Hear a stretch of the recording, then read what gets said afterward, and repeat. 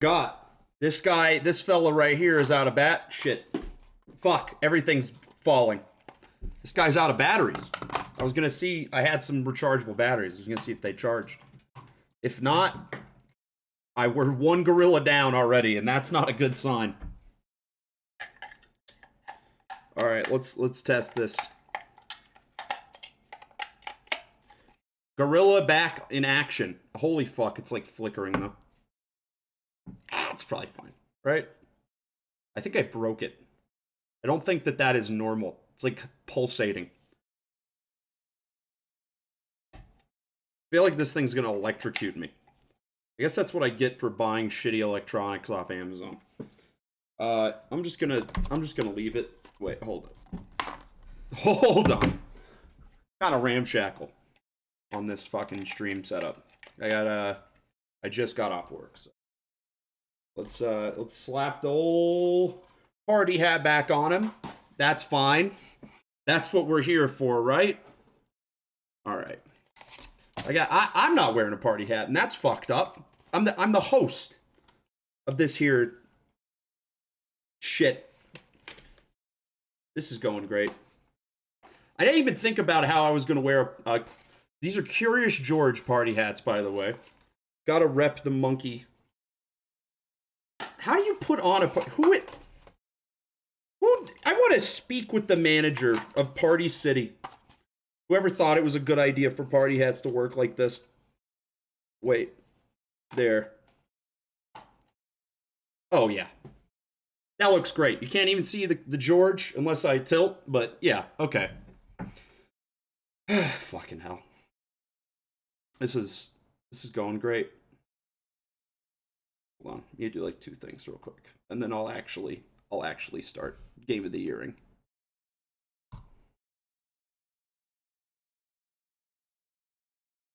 Okay. First of all, gotta have some tunes. Okay, I'm just gonna be talking for like 2 hours straight, so, or however long it takes. This is freaking me the fuck out. I feel like it's possessed. So, I'm gonna throw on some Chrono Trigger music in the background for now. This is probably gonna put me to sleep. I'm very tired. I just chugged a monster like 5 minutes ago. Okay. Yeah. Yeah, that seems about right.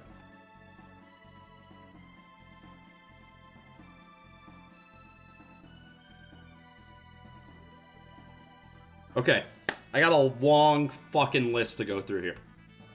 This doesn't look like that many games until you actually think about the fact that this is like I keep looking at this and thinking like, oh, that's only like 30 fucking things. How hard could it be to rank all this shit? I'm not even positive this is everything. I'm pretty sure this is everything, but I played like 100 fucking games this year. As you can tell, a very large portion of these are not games that came out this year. That's fine.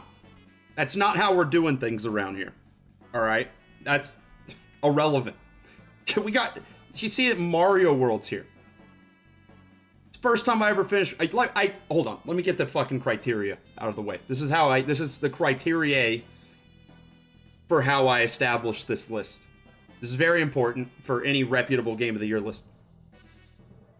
First of all, it has to be a game I played this year. That I played. No one else. I don't care about your fucking Last of Us 2 or whatever. Don't care. So first of all, it has to be a game I played this year. Second of all, it has to be a game that I finished or that doesn't technically have an ending. Hey, what's going on? Welcome to the stream. So I had to finish it or it technically doesn't have an ending. That only applies to a couple things on this list. But that means that shit I'm in the middle of right now does not count. Don't care if it came out this year, it doesn't count. And third of all, that's it. That's actually all of it. I just had to play it this year. That's it. That's how we're doing the whole fucking thing. All right. I didn't even think about what order I was going to do this in. Let's get off to the races, baby. I don't know how to play this. I thought I would have figured it out by now. I tried to practice. Let me down. It's getting some dramatic orchestral music, so we're like the Game Awards, you know? Okay. First game. Onimusha. This is the remake of Onimusha 1. I think it came out this year. It might have been last year. I don't know. Doesn't matter. It was okay. It's just like it's fucking Nobunaga fucking Resident Evil. But yeah, it's fine. I liked it. I beat it in like an afternoon and didn't think about it again all year. So say that's like the other criteria thing. Completely forgot about this. I have 10 ranks here. That's not like a 1 to 10 star system because most of these games are better than like a 5 out of 10. So if I put it at D minus or D, that does not mean it's garbage. It's just like relative. All right, Onimusha. It was okay. I mean, that's firmly a C. I would play it again, maybe. I will never think about it again. Whew, now we're on to a juicy one here. Outer Wilds. Now that's a fucking video game. I don't know how to talk about this game without spoiling literally everything about it. I've been thinking about it for 8-9 months since whenever the fuck I played it. It's great. It's fantastic. It's the most sense of exploration you will ever get playing a video game. It's arguably the peak of storytelling in the medium. I'm gonna give that's an S. S plus is gonna be like overall game of the year. So I'm reserving that for like one thing. What is it? It's not Hades. That's a big spoiler. Okay. Touch My Katamari. One of the worst games I played all year. Katamari Damacy, fucking mind-blowing. 10 out of 10. Best game ever made. Nah, but it's up there.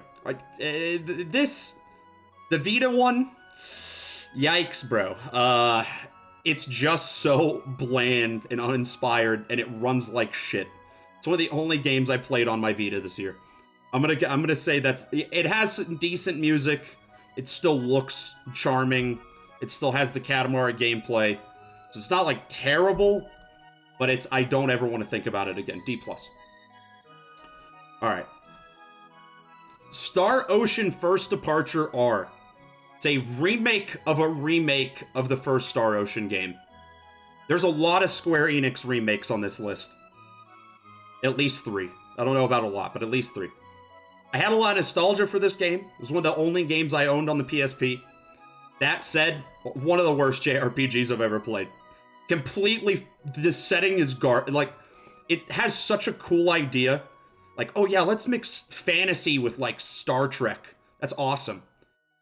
Everything about the way it plays is shit.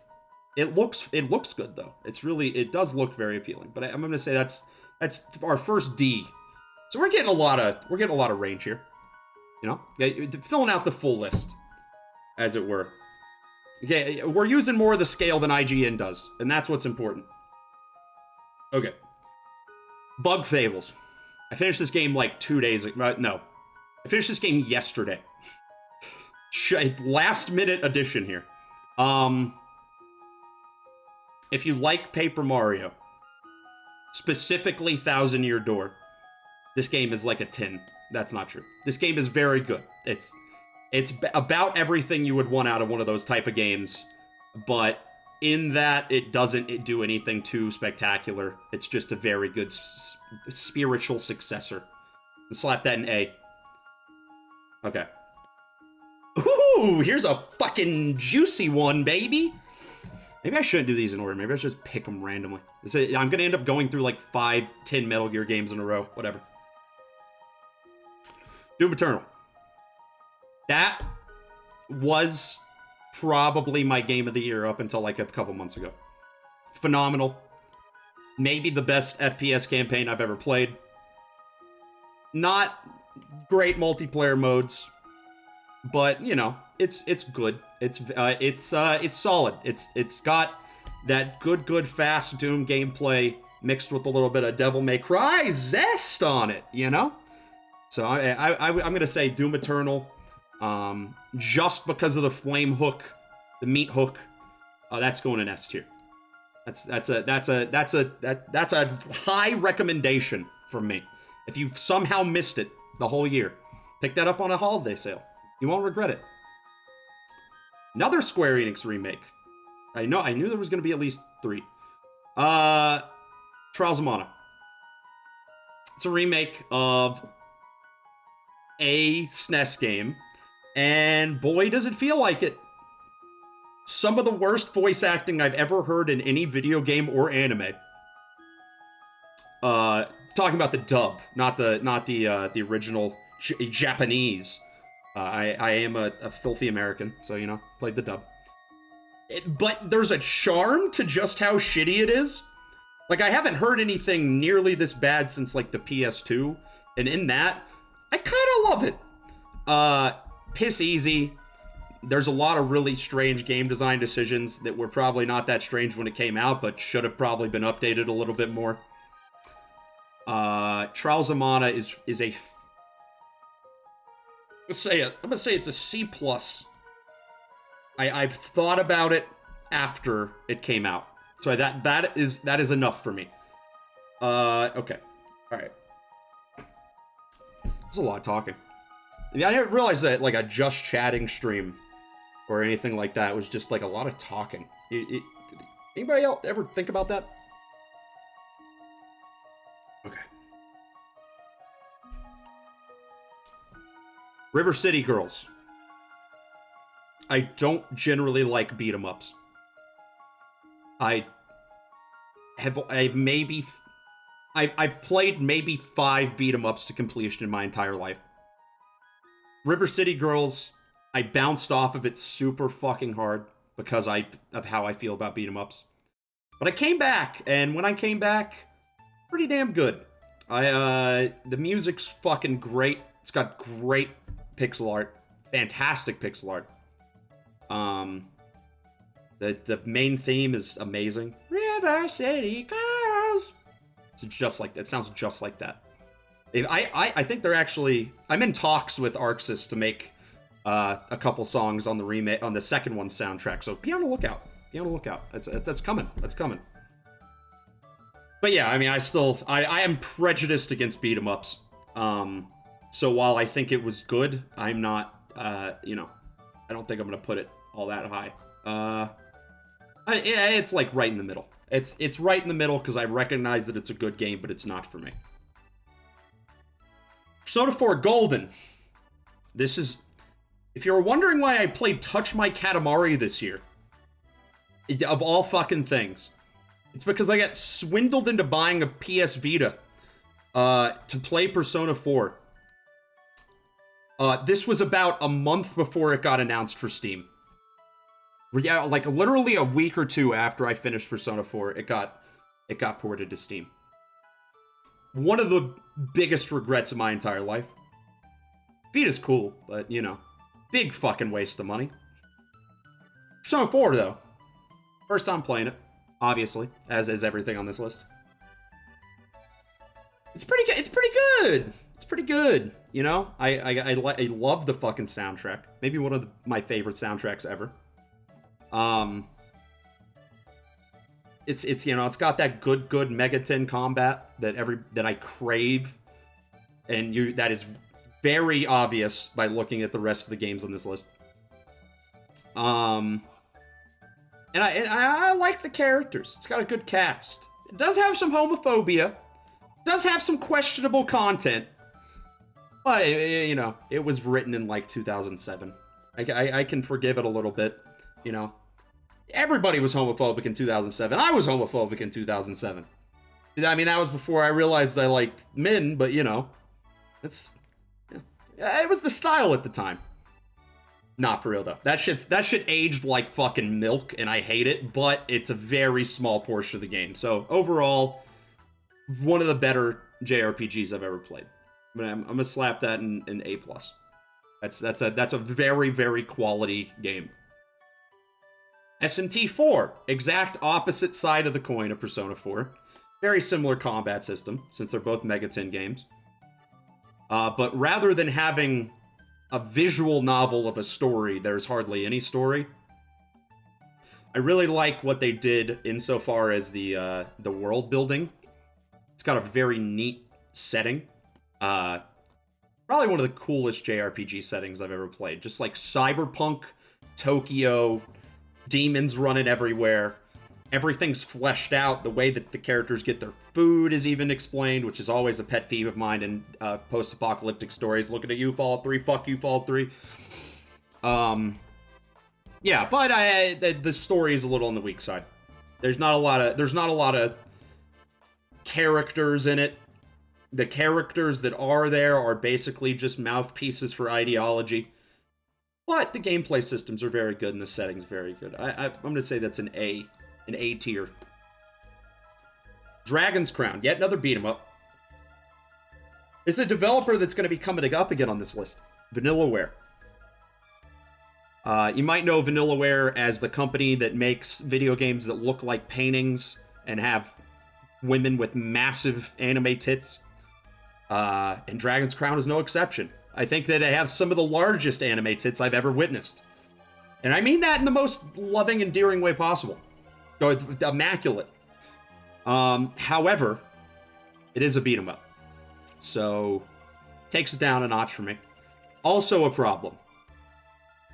It's a game that they expect you to play for like 1,000 hours, but there's like 4 levels. There's so many things in there that are like, oh, you're supposed to keep coming back to the game over and over again, like doing new runs, getting loot. There's a lot of systems. Reminds me a lot of like a Diablo kind of thing, right? However, it is a beat 'em up, which is I'm not saying that's a bad thing, but for me, not my favorite genre. So, I would say it's about on the same tier as River City Girls. Also, the third game I played on my Vita on this list out of, I think, 4. I bought a $200 console and I played 4 games on it. Best decision of my life. How are we looking right now? I think we're like a 10th of the way down this fucking list. This might take a while.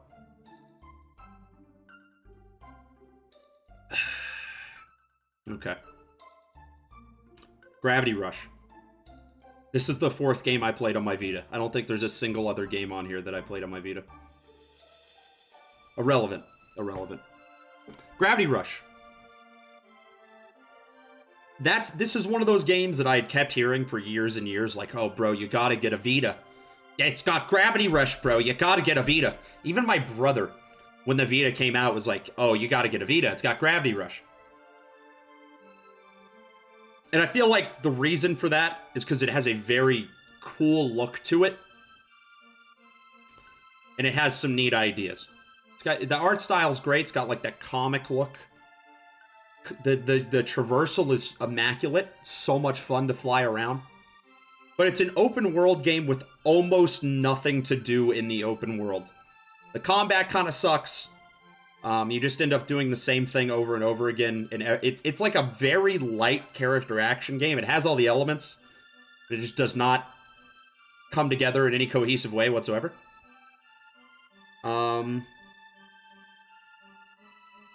So yeah, I'm not huge on it. Cat's a great character. But yeah, it's definitely not that great. I think it's very, very overrated. But I still enjoyed my time with it. Luckily, it's very short. So I'm gonna put it on that in a C. Controversial one coming up. Persona 5 Royal.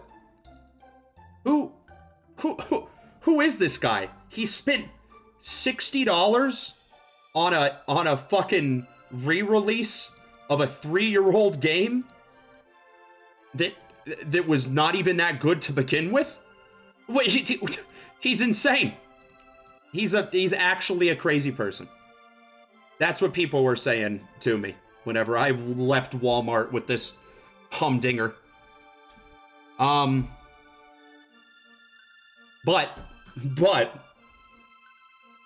I liked it. I might be the most unhinged man on earth here. I think it might be one of my favorite JRPGs ever. I think it might be at the top. At the very least, it has the most satisfying combat system of any JRPG I've ever played, far and away. Like, even the other SMT games, Pokemon, Dragon Quest, Final Fantasy, fuck them. The combat system in Persona 5 Royal is immaculate. The new technical moves and everything. Oof. Is it a ripoff for $60? Absolutely. If you played the original Persona 5, it's a huge fucking ripoff.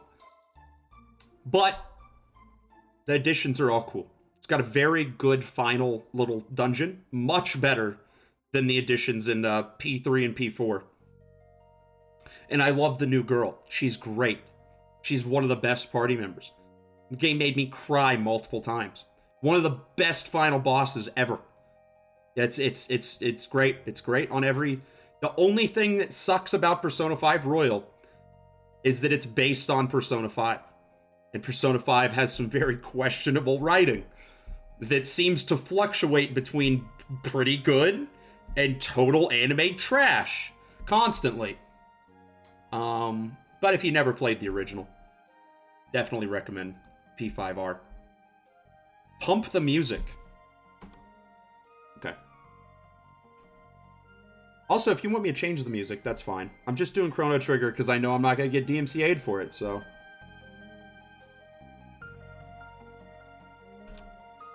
Alright. P5R!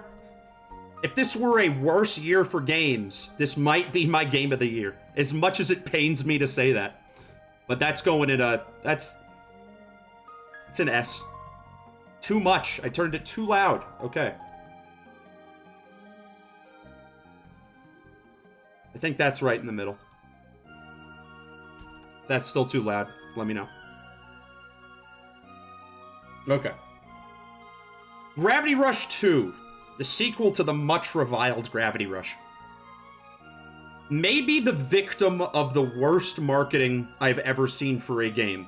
It came out in the worst year ever.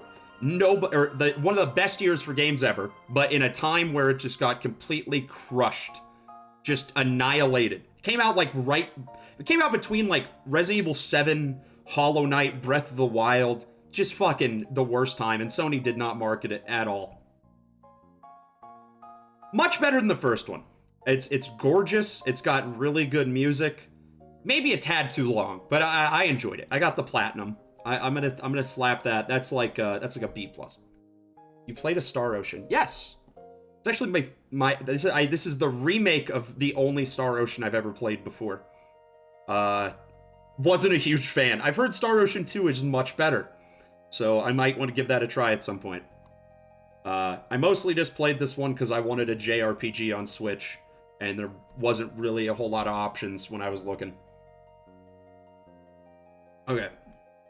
Phoenix Wright, I think that's the first one. These portraits are kind of cut off. I'm pretty sure that's the first game.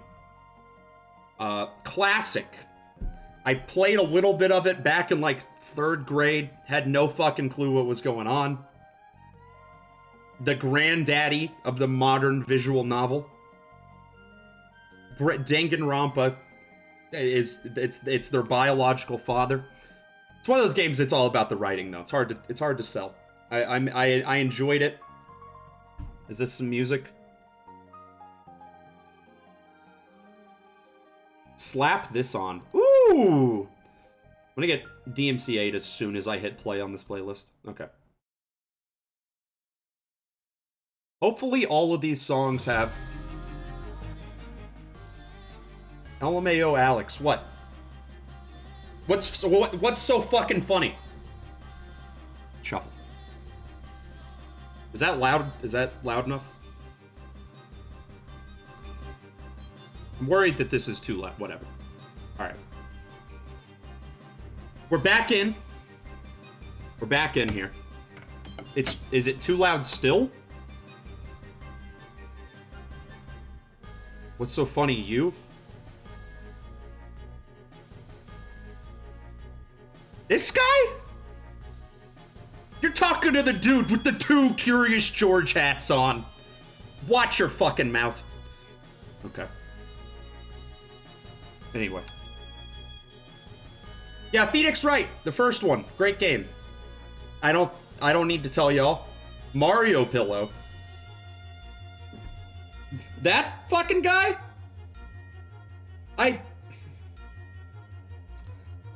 Lower the music. Okay, I wasn't sure if it was still too loud.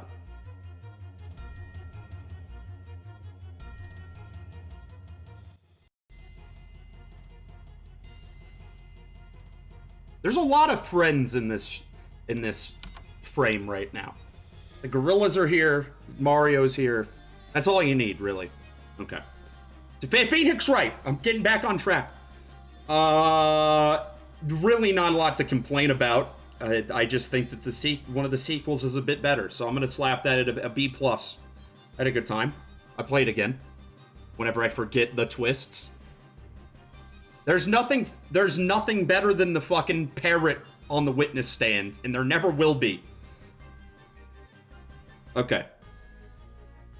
Sonic Mania.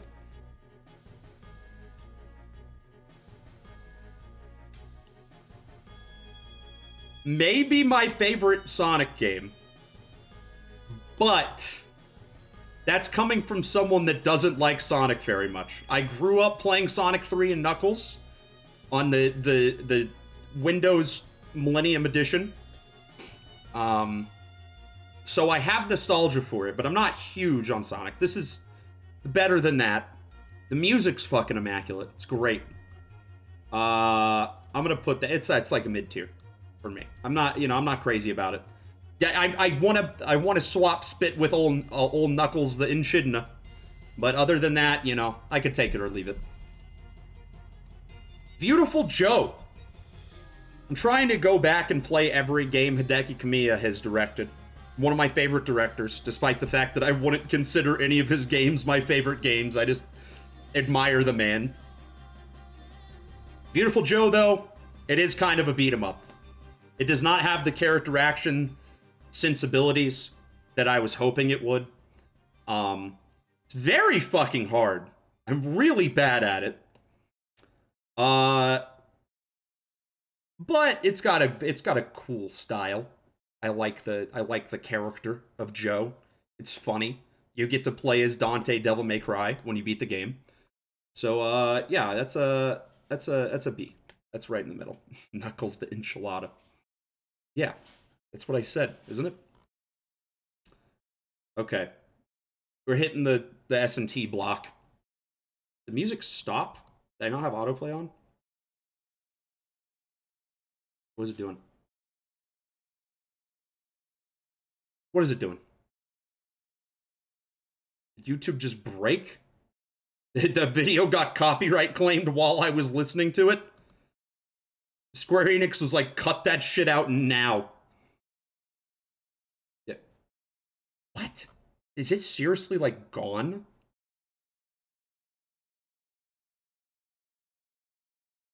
Hold up. Shuffle. There.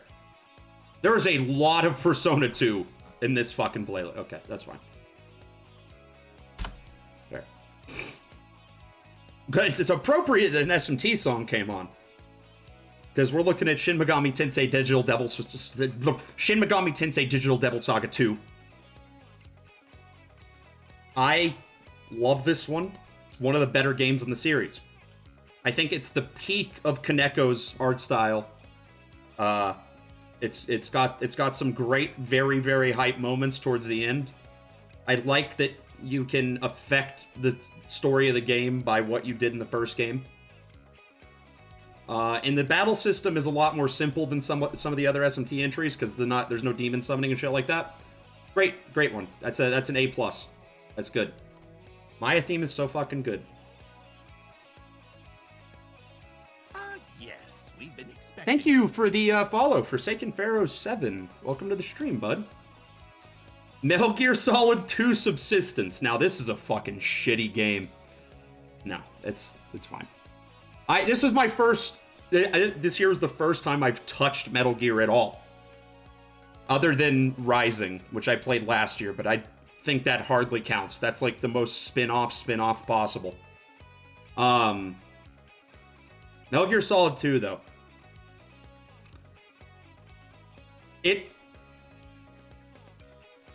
Oh, it's Ethan. Hey, what's up, man?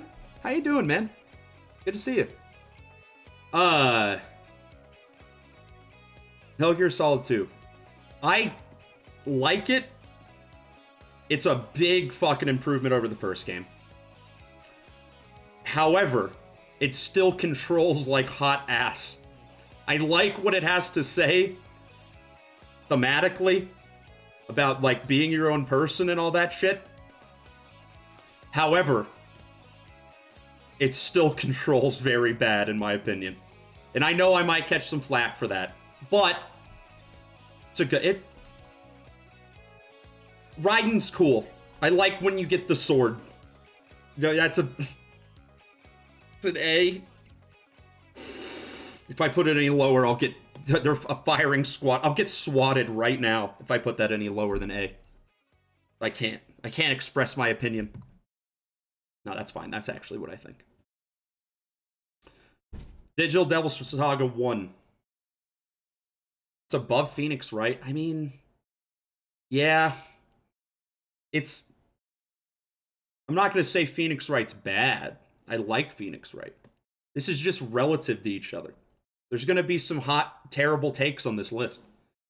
The JRPG music stopping it. Why does this playlist break every 2 seconds? What is... I like when Raiden continues to not be himself after 2. Yeah, it made Metal Gear Rising very strange in retrospect. This is just broken. This actually does not work at all. I don't know why this playlist is not working. Whatever. It's fine. Okay. DDS1. Not as good as the first game. I would say that it was very good up until the last 10 hours, where the story gets put completely on hold and you just go through the longest dungeon in the entire world. Look up JRPG music playlist. I literally... Hold on. Hold on.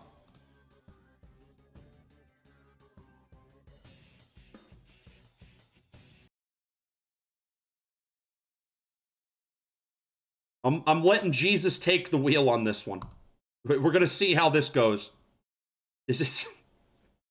There might be some hot garbage here. That playlist was not working. Renzo, the playlist was not working.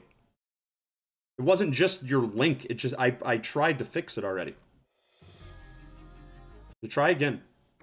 See how this goes. Alright. Yeah, DDS1 was good up until the last third of the game was just the worst slog in the history of JRPGs. That's Trials of Mana tier.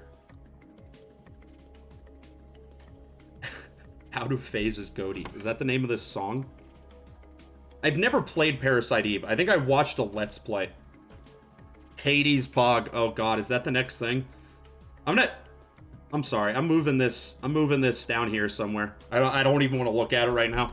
I don't want to make everybody mad yet.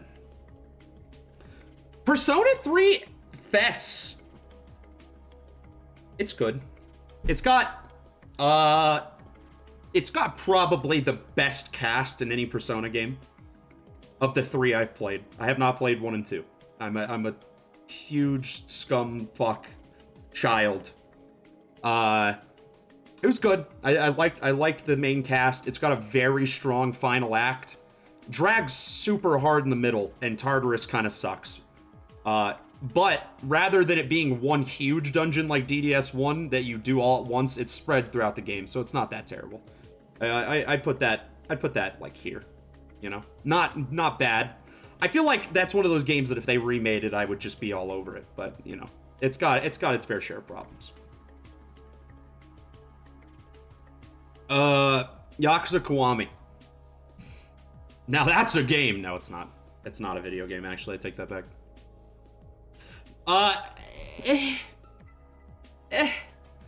played it, like, right after Yakuza 0, and I was expecting a lot more.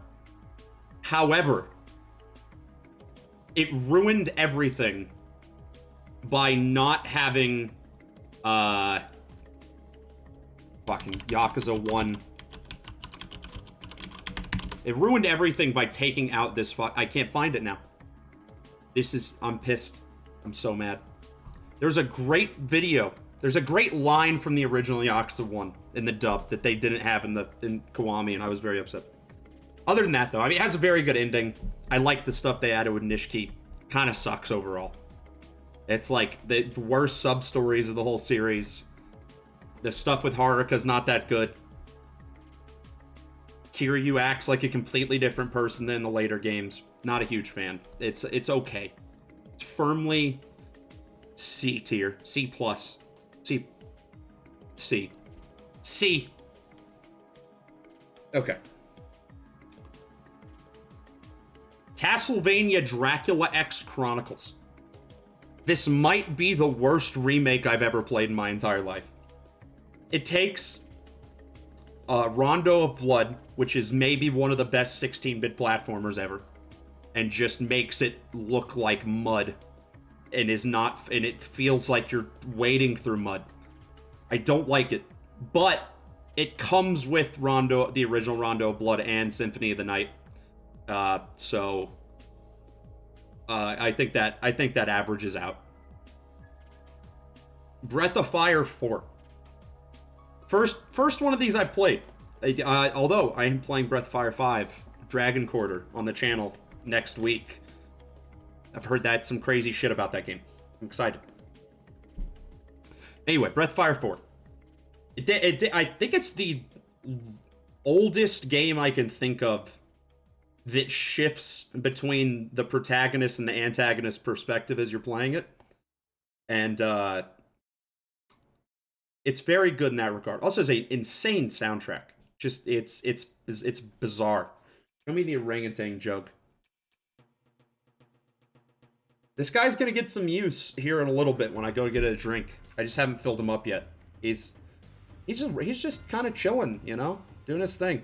Yeah, they sent me a blue one. I know the thumbnail has an orange one because that's the one they promised me they were gonna send me, but it turned out blue. Very upsetting. Gonna be drinking some liquid out of this. Don't you worry. Yeah, Breath of Fire 4, it's got a really good soundtrack. It's got insane sprite work. Some of the best sprite work you will ever see in any game. Does some interesting narrative things. Its systems are completely impenetrable. I don't know how I beat the game. I have no clue. It's one of those games where you're reading the strategy guide at the same time, or like the game fact, and you're just like, this guy's playing a completely different game than me. Nothing that this game fact is saying makes any sense at all. But I don't think that's probably just me being stupid and not playing the first 3 games in the series. I'm gonna say that's a B+. Very good. I'm looking forward to playing the sequel. Apparently, Breath of Fire 5 is a JRPG roguelike. And I'm interested to see what that entails, especially considering it came out in like 2004. The song's called Maybe I'm a Lion. This is where you got your name from, Renzo. Maybe I'm Renzo Kukin. Good for you. Never played Final Fantasy VIII. That's one of the only ones I haven't touched. Actually, no. I haven't touched 10 or 13 at all either. Enchanted Arms. Now this is the real Final Fantasy VIII. This is the real follow-up to Final Fantasy VII that everybody was waiting on. What if FromSoft made a JRPG that was trying to ape everything about Final Fantasy X's style, and also had a lot of homophobia, and was a PS3, Xbox 360 launch window game? So really a perfect storm of like the most janky thing you could possibly imagine, and bad in so many ways, but it had its charm. I wouldn't call this a good game, but it's acceptable. It's worth playing if you like Dark Souls. Final Fantasy X, but all the characters are Waka. Isn't Waka the racist one? I haven't played that. My GF wants to know when the Gorilla Lamps cast their votes for Goaty. They slid me their envelopes under the table before the stream. You know, they kind of let me know what was what. I took it into consideration. One of them said Hades, and I shredded his envelope. But the other one, oh, you'll see what he voted for. And it starts with an A and ends with an S. y'all can figure that one out.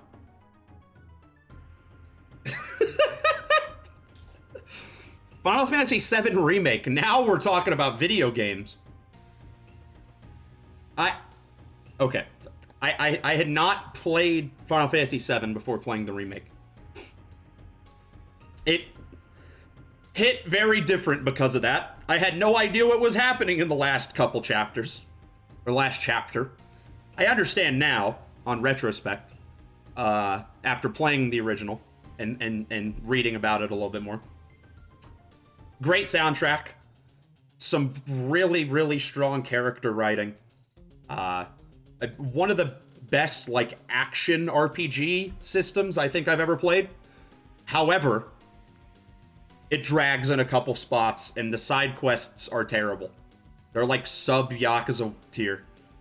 Everything else is great, though. So, but, yeah, the Hojo's lab section, it just put me to sleep. So, I'm gonna slap that in an A+.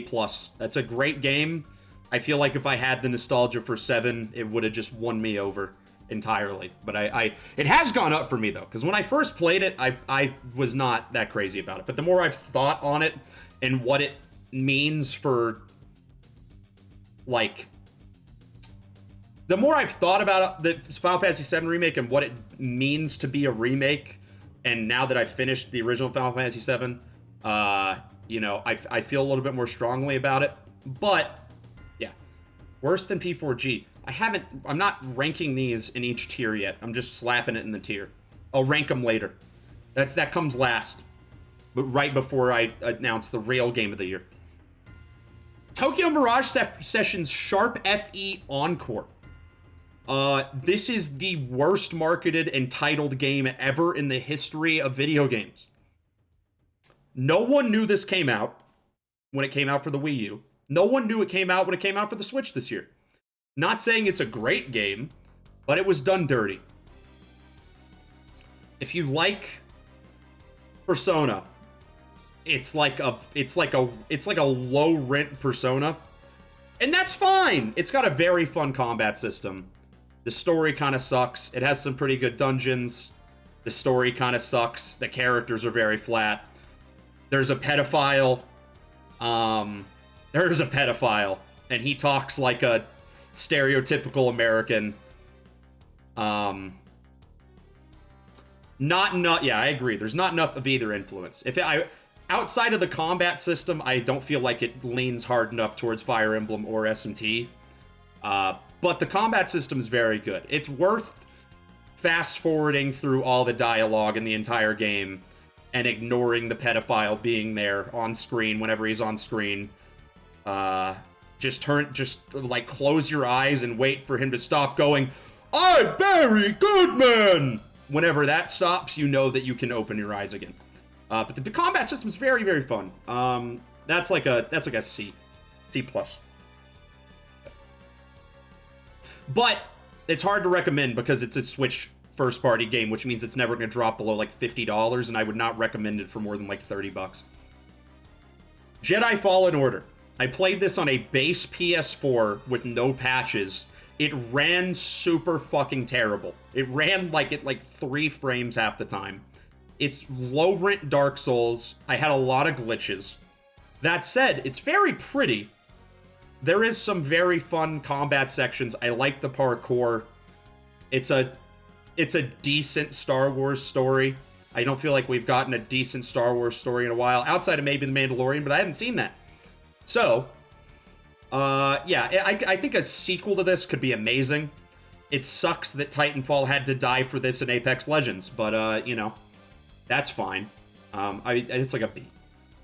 If it ran better on the console I played it on, and it didn't crash like 5 times, I would probably put it higher. Like most of Fallen Order, but the movement felt awful half the time. I feel like they were trying to emulate the feel of Dark Souls too much, but they forgot that they were also trying to emulate the feel of Uncharted, and it just comes... It gets muddied a lot of the time. Ends up feeling real shitty. But I liked most of it. Enter the Gungeon. I played maybe 5-6 hours of this. I don't play a lot of roguelikes anymore. I used to be hardcore into Binding of Isaac. I definitely did not beat this game, but I feel like I got enough runs in that I kind of got my head wrapped around it. This is an older one, too. It's too hard. It's too hard. I can't get into it. Just something about the way it feels versus how Isaac feels, it just kills it for me. There's a lot of good ideas in there. It's pretty funny. Like, it's got a lot of fun item names. Are these in any order? This list down here is just in the order the file names were when I uploaded it. So it's completely does not mean anything. This is gonna mean something. I'm gonna resort these. But for now, I'm just putting them in tiers. But yeah, Enter the Gungeons, it's alright. It's a good roguelike. It's just not necessarily my cup of tea 100%. Also, I just think I don't like roguelikes that much. That's fine. That's like a C+. I had a good time with it, but yeah, it's not one of those games where I'm just like, oh, I need to go do a run right now. You know? Metal Wolf Chaos XD! Another classic FromSoft Jankfest from around the Enchanted Arms era. You play as the President of the United States. It has really bad voice acting. It has some really so bad it's good music. It's a mindless shoot a billion guys simulator 90% of the time until you get to the final boss, and then it's the hardest game I've ever played in my entire life. That's probably an exaggeration, but yeah, great. It's worth playing if you want to see what FromSoft used to do. You know, I would recommend it. It's slightly better than Enchanted Arms. You know. Yeah, that's fair. It's definitely not an amazing game. Blazing Chrome. Okay, this is one I slept on from last year. It's Contra. It's just like a new Contra game, and it's fucking awesome. It's only like 2 hours long, but it's got a really cool Genesis style soundtrack. It's got a really great final boss. There's some fucking Battletoads speeder bike levels in there that made me want to rip my eyes out. Enjoyed it though. Great little romp. I'm gonna put that up there. Neo 2! Now that's a video game. That's a fucking video game.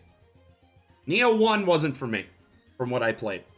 Neo 2, though, god damn. One of the best, probably the best non-FromSoft, like, Souls-like game. Makes Fallen Order look like dog shit. It has an insane amount of content, arguably too much content. Tons of weapon variety. The only thing that I'm not crazy about is the story is bad, but it's a Souls-like game. I don't expect the story to be good. And the loot system is not my thing. Like, I don't really like the Diablo-style loot progression. It does not resonate with me. I much prefer the Dark Souls just, like, pick up a good weapon and just use that weapon. And, like, upgrade it if you want to upgrade it. But it's a great game. I definitely love it. Neo 1 is the same as 2, you just baby raged. You have not played Neo 2. Shut up. Also, to be fair, I played Neo 1 in the beta. I'm sure it got better. But I never got into it. You can guarantee... Okay. This is an A tier. This is a very good game. It's not my favorite thing ever. One thing I will say is that it on a base PS4, this game ran at like 60, which I don't think any FromSoft game has ever managed to do before. Very solid. Okay. God, there's so many left. This is gonna take so much longer than I thought. All right, Metal Gear Solid Peace Walker. It's maybe the most fun Metal Gear game I've played. It feels the most like playing a real video game. However, it doesn't really have much of a story. You know, the missions are pretty short. I much prefer the interconnected world of like 3. And also, there's a scene where Big Boss maybe has sex with an underage girl. I don't know. That's possible. That could have happened. Who can say? But the final boss is cool. I like the J-pop shit whenever you're fighting the same underage girl but in a mech suit. I would say that's like a peg below 2. Just because the gameplay's a lot better, but I mean, you know, the writing and everything isn't. That's mostly what I'm coming to Metal Gear for. I don't play a lot of stealth games. Among Us! Can you guess which one of these chuckle fucks voted this for Game of the Year? It was... Yeah, I'm not even gonna tell you. I'm not even gonna tell you. They don't deserve the recognition. Among Us is a lot of fun. I used to play a lot of these types of games on the computer in high school. Not Among Us, but similar things. Gorilla Jug did it. He didn't have a vote. Have you seen how short he is?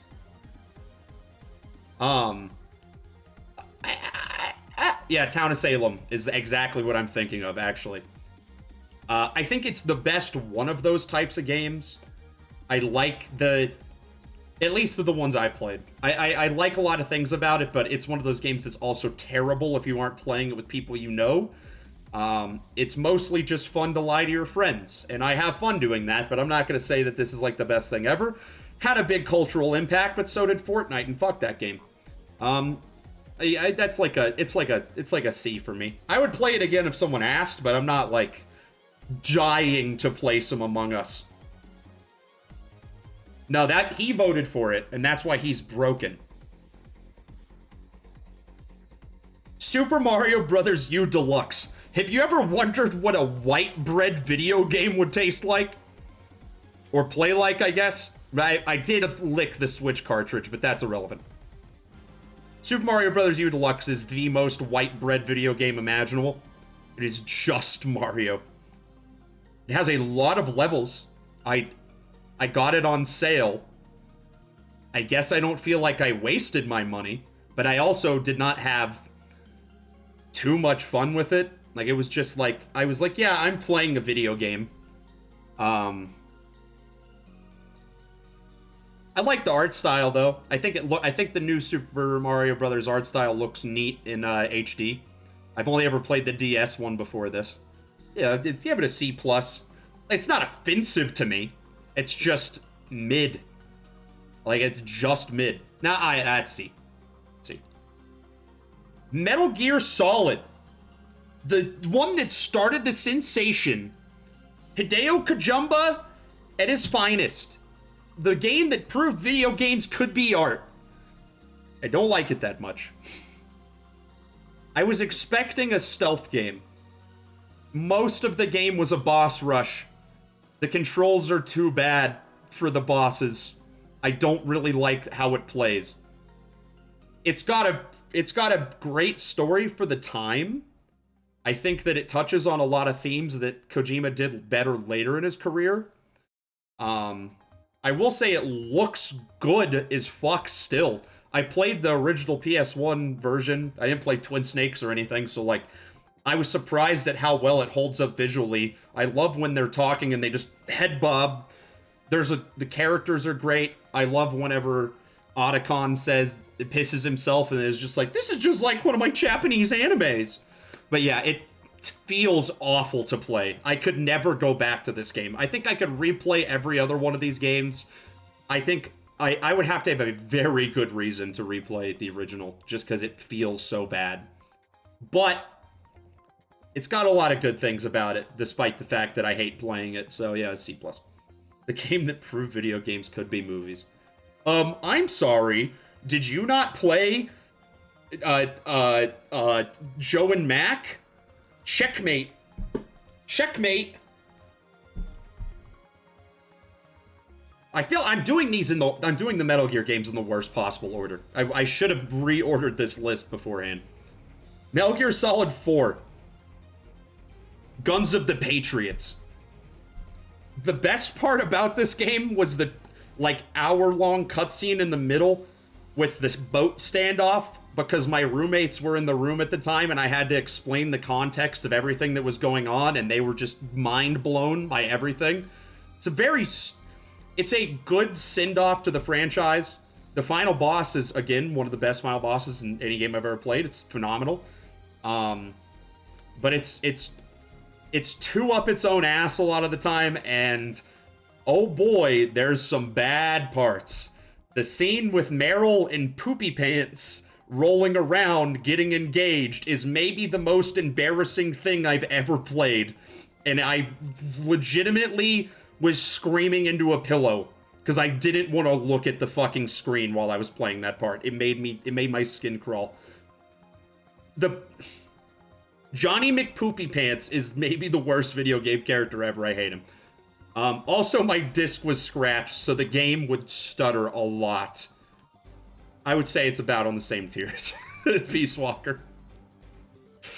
Oh my god. Okay, I'm gonna rate this last Metal Gear, and then I'm gonna take a quick break. Metal Gear Solid 3 Subsistence. Fucking phenomenal. Peak of the franchise. I still have not played MGS5, but I can't imagine it being any better than this. It's self-contained in a very satisfying way while still having threads to, you know, like, connect to the other games. It's the first game that actually feels good to play in the franchise. It's got the Snake Eater theme. It's got the ladder climb. It's got the general that fucks Raiden in the ass. I like that. That's great. It's got the final boss fight. It's got the final scene on the fucking plane where Ocelot is like, it does his thing with the guns, and it's the coolest thing ever. It's got Ocelot. Yeah, fantastic. Peak of the franchise. Probably this was the game that made playing through all the Metal Gear games worth it for me. I think that's gonna be on my mind for a long time. MGS5 stream. That game is so long, isn't it? Isn't it like 100 hours long? And half of it's backtracking? I have the game sitting on my PS5. I just feel like that's poison to stream. I don't know. I'll think about it. Okay, I'm gonna take a quick break. I'm gonna get a Bevragino. And I'll be back with some more hot takes.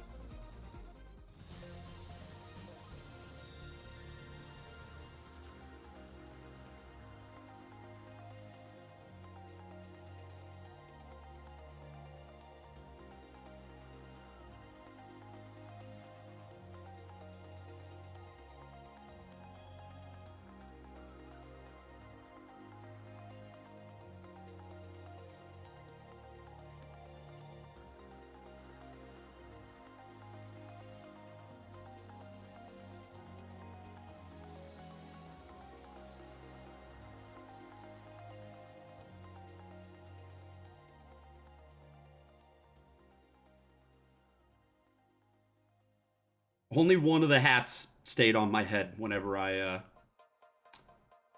took the headphones off. Let's see if I can maneuver these back on without... Oh yeah, baby! It's all coming together. Let's get this other one. Oh my god. Shit. I'm an adult. I have a mortgage. Okay. Hey, well, let's, before we start doing the rest, let's try out the Gorilla Jug, all right? I didn't fill this up off screen. I forgot to fill this up. Okay, well.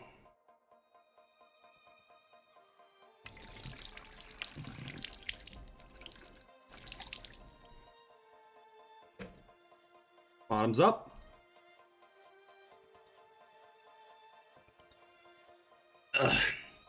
Oh yeah. That's good ape juice.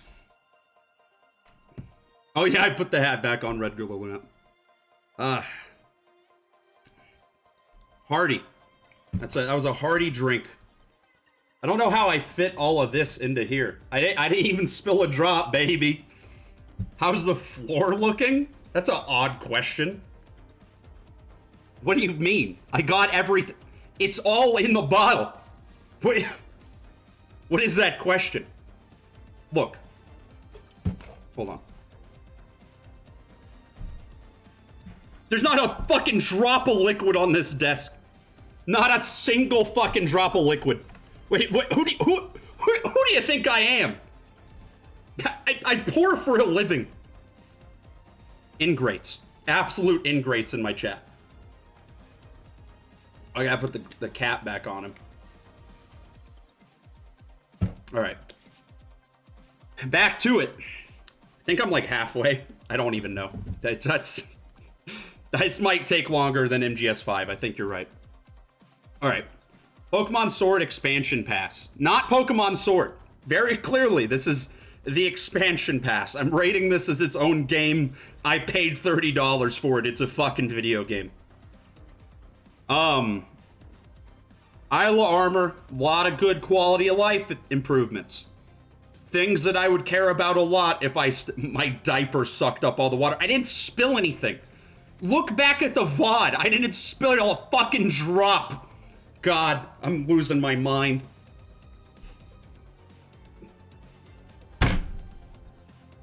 Okay. Yeah, the Isle of Armor, a lot of good quality of life improvements. I think if I still played competitive Pokemon, it would blow my mind. However, I don't, because I am an adult with a mortgage.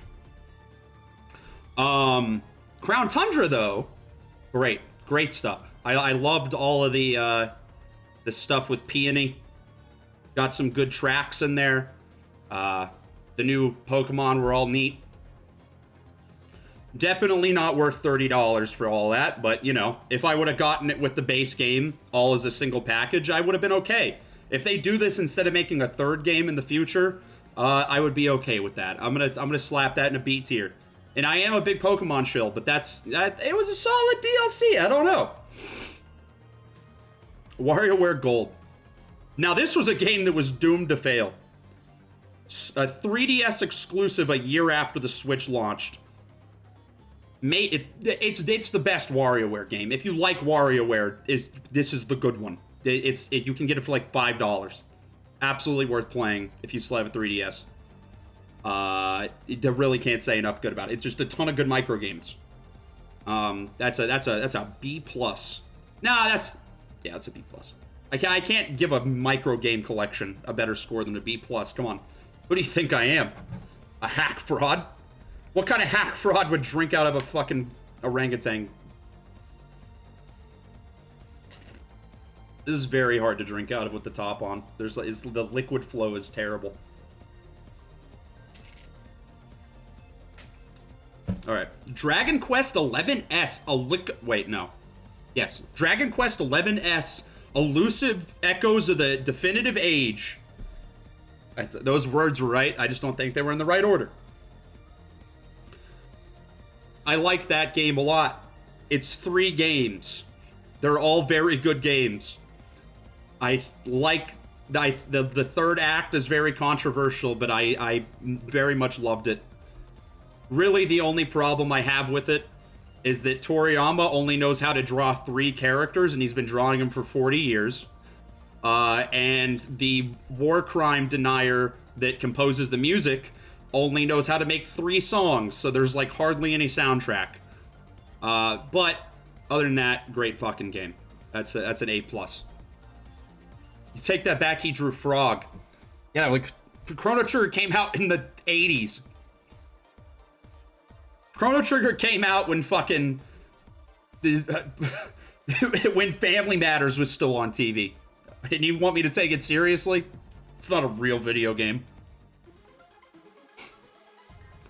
I feel like I probably shouldn't have put World of Horror on this list. I really like this game, but I don't feel like I played enough of it to have a strong opinion. Early access, so and I don't usually get into those super hard because I want to wait for the game to be finished. But from what I played, very, very good. It has a great art style, a great, like, setting, and, like, lots of cool sensibilities. You know, but I played it when it first came out, so it was a little light on content. I'm sure it's a lot better by now. It seems to be getting a lot of updates. That's like an A. Yeah, I definitely want to get back to that. I'm probably going to stream that at some point. That seems like a nice, chill stream game, so... SMT4 Apocalypse up NDGOTY in a year without Hades. I would probably agree with that. I think that's probably the best indie game I played this year. Other than maybe Bug Fables, but that's like the safe bet. Like yeah. Wait, no, Bug Fables came out. No, that came out on Switch this year, so I guess that counts, but yeah. I would probably say World of Horror is a better game, but I liked Bug Fables more just because I'm a Paper Mario mark. Pokemon Sword and B tier. Specifically the expansion pass, and I gave reasoning. This is not coming out of nowhere. I'm not a Pokemon Sword shill. Okay. SMT4 Apocalypse, or Final, in Japan. I like that they tried to pull an MGS2 with the protagonist switch, and like how they... That sounds stupid now that I'm saying it out loud, but the way that Flynn is treated... in a way that it's similar to how Snake is treated in MGS2 is great. I love that. There's some really good music. I think it has some strong dungeons. Drags a little bit in the middle. Probably the best version of the SMT combat system other than P5R. So, but it drags in the middle, and I don't think the story is particularly great outside of the Flynn stuff, so... But it also has one of the best final bosses ever. I know I've said that like 5 times on this list, but that's like an A. I would say I like it just about as much as SMT4, but in different ways. Now we get into the slog. I'm going to try to speedrun this, because I played like... How many Mega Man games is this? I don't even want to count. I played... So I decided to sit down and play through all the X games I hadn't played, and the Zero games, and the ZX games. And if you don't care about Mega Man, this will all just blend together. So I'm going to try to get through this as fast as possible. X3 feels like it's half finished, but it's a Mega Man X game. Like, it's fine. I still enjoyed my time with it. X4, probably the best of the classic style ones other than X1. Really great. X6, garbage. Absolute trash. Maybe the worst in the entire franchise. X5, not much better. X7, this game gets a lot of flack. The burn to the ground meme is out there, but I think it has a very pleasant art style, and it was not as painful to play as 6. So I'm going to say it's slightly better. Also, I think Axel is cool. X8, surprisingly very good. One of the better entries in the franchise. Has a lot of good mechanics. I like the combo system. That's like a B+. If they made another Mega Man X game, I want it to be in the style of X8. Mega Man 01, terrible, awful. Some of the worst platformer level design you will ever play. I can't imagine playing it in our original GBA. It must have been torture. Mega Man 02, slightly better in every regard, not incredible. Mega Man 03, one of the best Mega Man games. If it weren't stranded on the GBA, if it actually had a full resolution to work with, I think it would be phenomenal. Mega Man 04 steps backwards in a lot of stupid ways from 03. Can't say it's, like, amazing, but it's fine. I would say it's about as good as 02.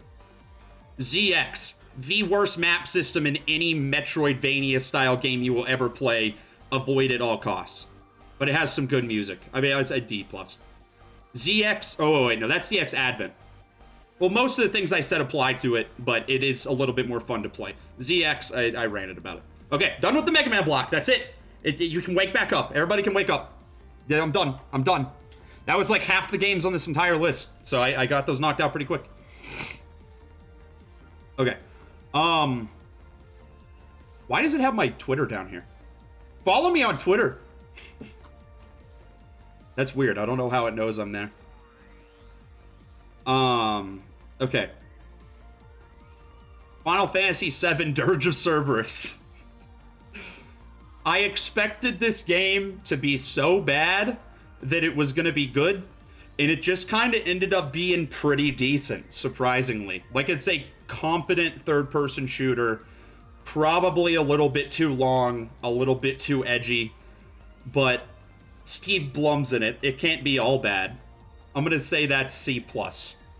Definitely not the worst thing you'll ever play, with Final Fantasy VII's name slapped on it. Resident Evil 6. This was a slog in every sense of the word. I don't remember half of it. But it is very fun. The gameplay systems are great. I just hate the game it's in. If it were like RE4 but with this combat, I would say it would be an even better version of RE4, but at the level design, the story, it's also bad. But it is very funny because it's so bad in a lot of ways. When Leon said women, I felt that. I'm gonna say man, I'm putting a lot of games a lot lower than I expected. I'd say it's like C+. It's fine. Resident Evil 3, I did not remake specifically. I've never played the original. Did not expect to like this one as much as I did. I don't like as much as 2, but I played it a lot more than 2. I platinumed it, which I did not do with 2, so that means I played it like 7 times in a row.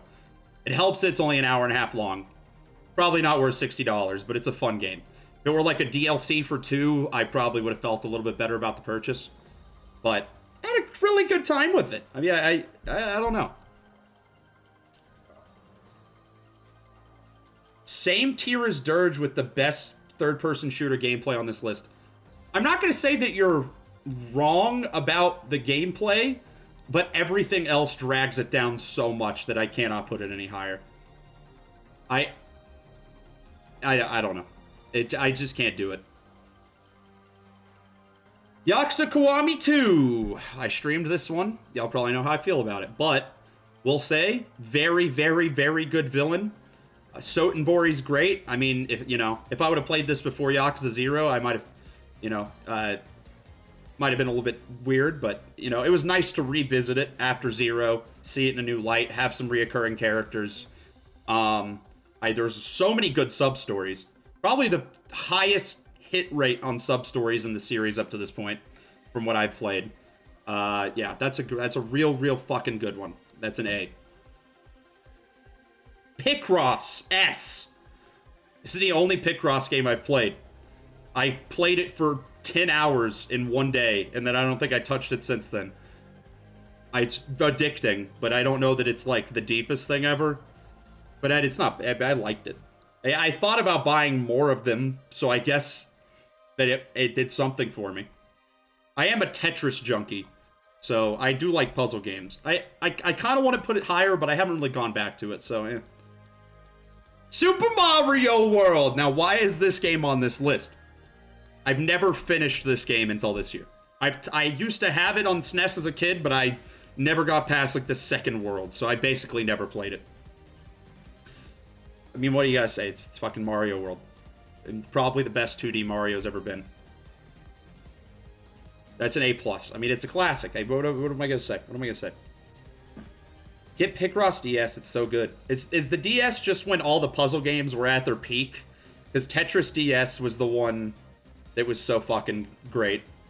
Which Yakuza is the one where Kiryu slams the desk? That was Kiwami 2, and I'm pretty sure there's a clip of me slamming the desk in the same scene. I'm pretty sure I clipped that. You didn't look for it. Ace Attorney, Justice for All. Is that the second one? Or is that the third? I'm pretty sure that's the second one. It's fine. It's a step down from 1 in every conceivable way. Except for I like the lock system, and Francisca's a cool character. So I'm not going to put it that much lower, but it is lower. I just think that the cases aren't that well written. Like, there's a couple that are really cool, but the other two are just... Yeah, Yakuza came in a big fucking way this year. It's kind of crazy. Yes, Ace Attorney 3 is on this list.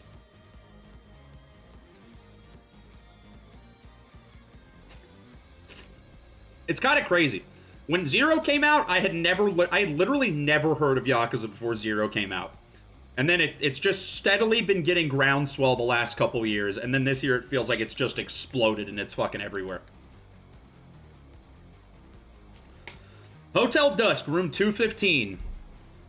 Fun little adventure game set in the 70s, utilizing all the DS features. Very cool little game. It's chill. It's like a chill vibe kind of game.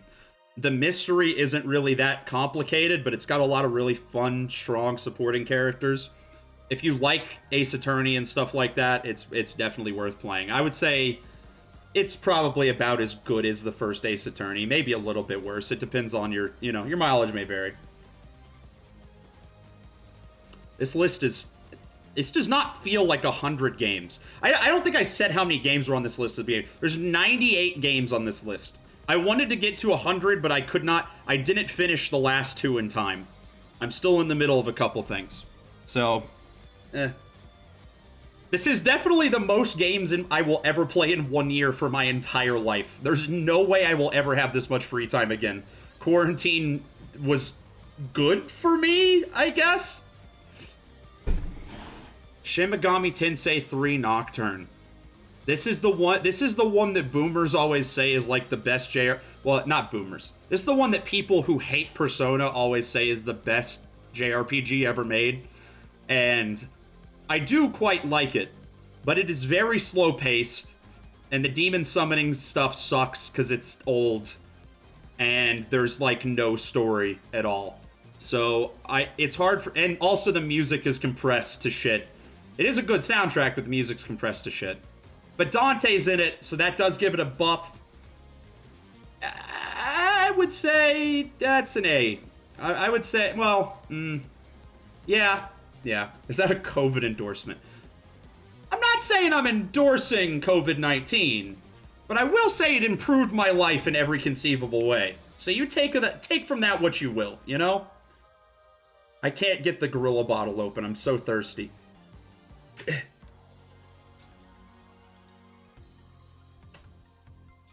Watam. This is a game that literally no one has ever heard of. Unless you follow the Katamari man on Twitter, which I do. It is... I have no idea how to describe it, but if you played Katamari, you know what to expect, kind of, in a way. I don't know. It runs really bad. It crashed like 10 times in the 2 hours that it was. Like, the game was 2 hours long and it crashed like 10 times. But it's very cute. It's charming. It's got a really nice message about friendship. It's the kind of game I would show to my kids if I ever had kids, but I'm castrated because of my war crimes, so I don't think that'll ever happen. This game sucks. Fuck you. You mean what I'm doing right now, or do you mean this game specifically? Could be either. Watam, if it weren't for the technical problems and the fact that being 2 hours long, I would rate it higher. But it's above Touch My Katamari, so I think that's good.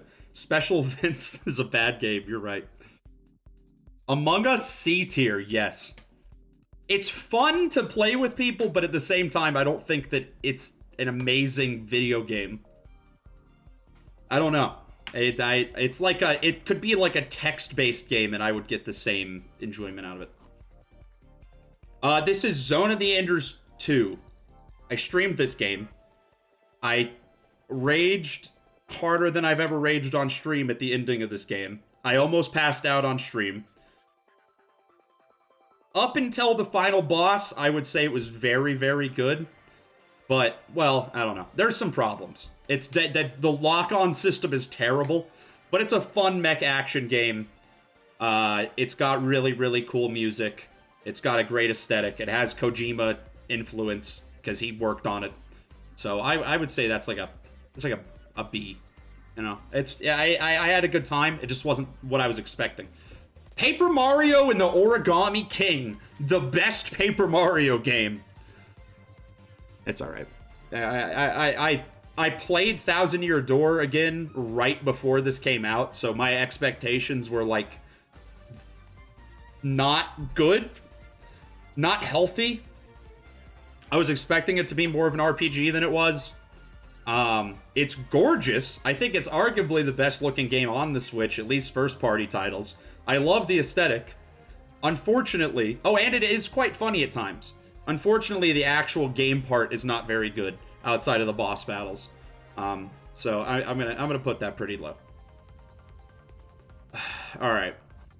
It's a pretty even distribution aside from these bottom two ranks. I just don't feel like I played anything that was like that offensive to me this year. Yakuza 3. Now this, on the other hand, was poopy. No. I just finished this like 2 days ago. It has its highs. I would say I like it slightly more than Kiwami 1. I'm not going to say it's a whole lot better, but slightly more than Kiwami 1. It's a good game. Onimusha 2, I would say is better than Onimusha 1, but only because it has a really stupid butt rock intro song that does not match the tone of the game whatsoever. I'd give that slightly higher score. Valhalla or VA11 Hall-A. Pretty fun little visual novel. Cyberpunk bartending action. If you're looking for something to fill the cyberpunk hole in your heart, play this or SMT4, because we know what game you're not going to play. No, but it had a lot of very charming characters, and I've been listening to the soundtrack pretty consistently. It's got a great aesthetic. I'm going to put it... That's the hot... Yeah, it's an A+. It's grown on me. I only kind of liked it when it... Hey. It's grown on me, though. I like it a lot. Shin Megami Tensei Strange Journey Redux. I never played the original. Definitely need a Reddit game or not tier list after this. Almost every game on this list is a Reddit game, so that would go very poorly. Shin Megami Tensei Strange Journey Redux. I think it has a stronger narrative than literally any SMT game on this list, in that there's actual characters with motivations. The combat's very good. Unfortunately, I'm not huge on the dungeon crawler thing, in the way that it's presented here, especially playing this after like the rest of the SMT games on this list, where you actually have like a character you move around. But I like it a lot still. I'd put it right under the other SMT shit on here. Legend of Zelda Twilight Princess. The game that all my furry friends have been telling me to play for 30 years. The game that made their livelihoods. It's alright. It's a 3D Zelda game. I feel like it's the most generic example of what a 3D Zelda game is, which is not a bad thing, because 3D Zelda games are good. However, I have played Breath of the Wild, and I have played Wind Waker. So, I can't say that this is one of my favorites, but I still had a good time. I think the items were unique. I hate that the whole game looks like it's smudged in fucking mud. But it's fun. It was a good time. I had a good time with it. Hades is going further down the list. Not gonna look at that one for now. Okay, Lumines Remastered. Another puzzle game. I'm a puzzle game boy. This one's got a very cool Y2K aesthetic. It's got a lot of enjoyable things about it. It scratches the Tetris itch in a slightly different way. Where is RuneScape? I have not played RuneScape in 15 years. That's false. It's probably been like 10 years. The last time I played RuneScape, I got banned for botting chicken feathers. So that can tell you where my head was at the time. How's that sad? Dude, you know I was the only guy selling chicken feathers by the stack on the fucking Grand Market that day, okay? I was the chicken feather king for one day. Oh my god. Okay, Lumines Remastered. Scratches the Tetris itch. It's got a really cool aesthetic. It's got like some fun music. I actually played the PS2 one more than the remastered one. But I put the remastered one on here because they're basically the exact same game, from what I can tell. That's going in B with Picross. Actually, B+. I played it more than Picross. I think I had a slightly better time with it. I have 100 million bank all from botting, never been banned. Well, you also probably don't bot the same thing for 12 hours a day for like a week straight. So, you know, I think that was my problem. Xenoblade Chronicles Definitive Edition. The game that would be a perfect video game if it were not so fucking long. I don't usually complain about how long games are, but I don't feel like that this game does enough to justify its length. Also, you have to actually grind a bunch of quests in order to progress, which kind of sucks and killed the momentum towards the end of the game for me. Other than that, great though. One of the best JRPG soundtracks out there. I love the cast, even though some of them are very unrepresented or underrepresented. And it's got a very, very nice ending and one of the coolest settings that you could ever have in an RPG. So I'm still going to rate it very highly, but it could be better. Animal Crossing New Horizons. This game was my life for 2 weeks, and then I have not touched it in 6+ months. I keep putting it back into my Switch, hoping that I will turn it on. But I haven't because I'm scared to see how shitty my village is at this point. I think all my villagers probably hate me, and I don't want to pick all the weeds. So I don't know that I'll ever play it again, but I had a really good time for those 2 weeks. Very relaxing game, you know. It's the kind of game I would play if I'm on vacation somewhere, and I just want to chill in bed for a couple hours and not really think about shit too much. Yeah, it's a B+. It's good. Civilization 6. I think I only played like 3 games of this, but the games are like 5 or 6 hours long. I liked it. It's probably a bit better than Civ 5. I feel like I have more options at my disposal. But, you know, I don't really know what the fuck I'm doing, and I don't have 500 hours in it, so I'm shit. And, so yeah, that's B tier. So it's good. I'll play it again sometime. Bug Snacks. Not enough body horror. Not enough KKB. If the Kira Kira Bonito song was present throughout the game, or if they had made more than one song for it, this game would be a 10. Unfortunately, they squandered it. They put it in the credits. A fool's decision. Oh, it was cute, though. I enjoyed it. It was a fun little freebie with my PS5. I think that they ran out of ideas on new things to do with catching the bug snacks like 30% of the way through the game. And then after that, there's not really a lot to motivate you to catch all of them outside of quests. But the townspeople are funny. I don't know. It's worth playing, but it didn't really do it for me on every level. I'm gonna say it's C+. Destiny 2 Beyond Light. I don't know if this is good, really. I finished it. I hurried up and finished it last night in one sitting. The story part, at least. It could be real bad. What song is this? Yes, baby! This is the goat. This is the throat goat. I knew it. I don't know why this is playing now. I don't know when it started playing 13 Sentinels music, but this song fucking slaps. Okay. This is maybe my favorite song from any game all year.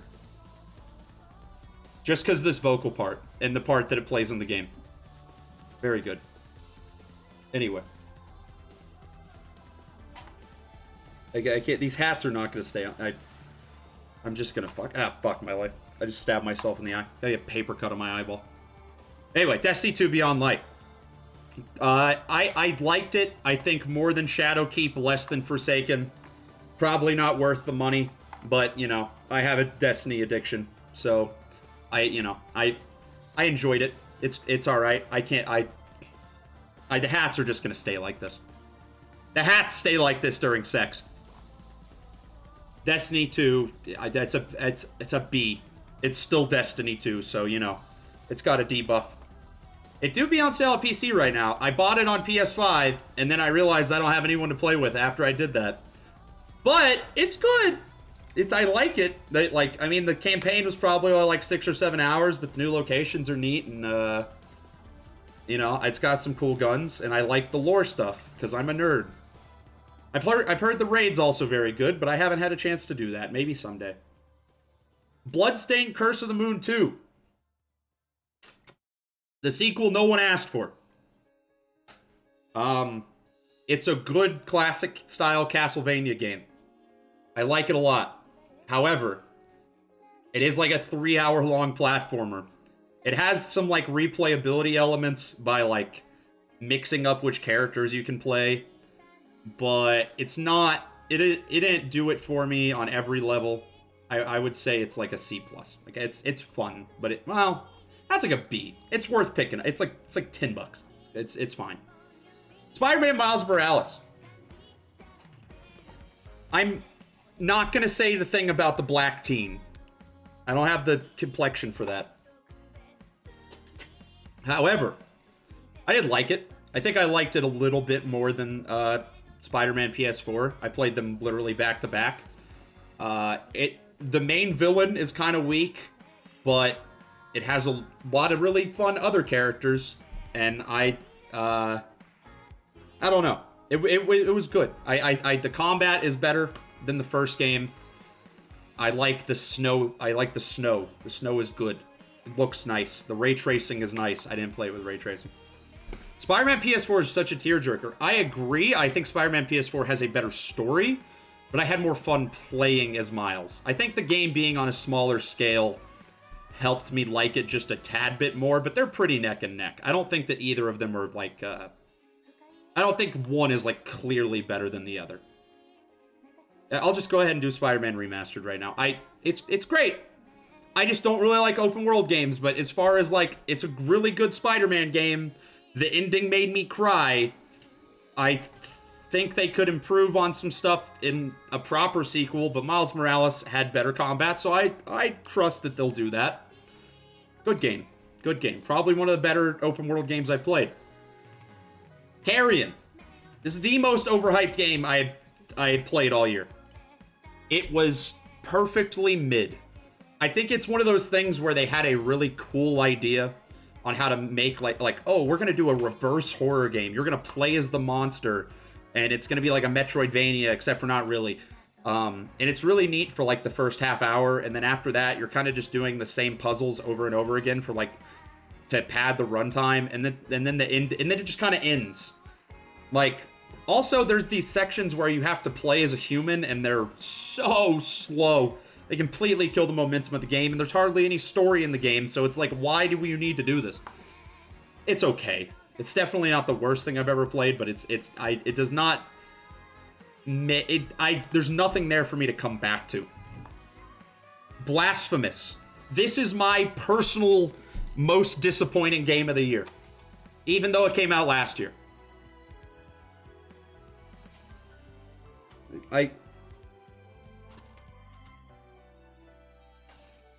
These hats, bro. Hold up. That's, you know, even a 3-year-old knows how to put on a party hat. Somehow I have not gotten it figured out. It's the 4th time I've had to do it today. Okay. Fuck my life. Party hats are over. They're ruined. They're dead. Done. Fuck you, Curious George. Hate that fucking monkey. Anyway. Blasphemous is personally my most disappointing game I played this year. I almost backed this Kickstarter because I thought it looked so fucking cool. I even went and played one of their old games, which I thought was pretty neat. It was it's called The Last Door. I recommend checking that out. I don't really recommend checking out Blasphemous. Fucking gorgeous. Immaculate art direction. However, because of that, there's only like 3 enemies in the game, and they could only afford like 5 attack animations for your the main character. There's not a lot of combat options. You don't get... It's the only Metroidvania I think I've ever played where you don't get any like mobility upgrades at all. The whole game I kept thinking, oh, I'm gonna get a double jump. I'm gonna get a double jump. Nothing. A couple of the boss fights were okay. It's mostly just a visual spectacle. There's nothing interesting on a gameplay front that's worth note. So I'm putting that pretty low. All right. Ace Attorney. Phoenix Wright Ace Attorney Trials and Tribulations, aka Phoenix Wright Ace Attorney 3. Now this is where the good shit is. This game fucking rules. Every case is good. The overarching plot with Godot is very neat. It's got great music. It's hard to recommend this one without playing the other ones, but to me, this is like the definitive Ace Attorney game from what I've played so far. Very, very good. Highly recommend it. Okay, Hades. Yeah, I'm gonna take a quick bathroom break for Hades. I've been drinking a lot of gorilla water, you know? I gotta clean the pipes out before I piss all over this game. So I'm gonna take a quick little break.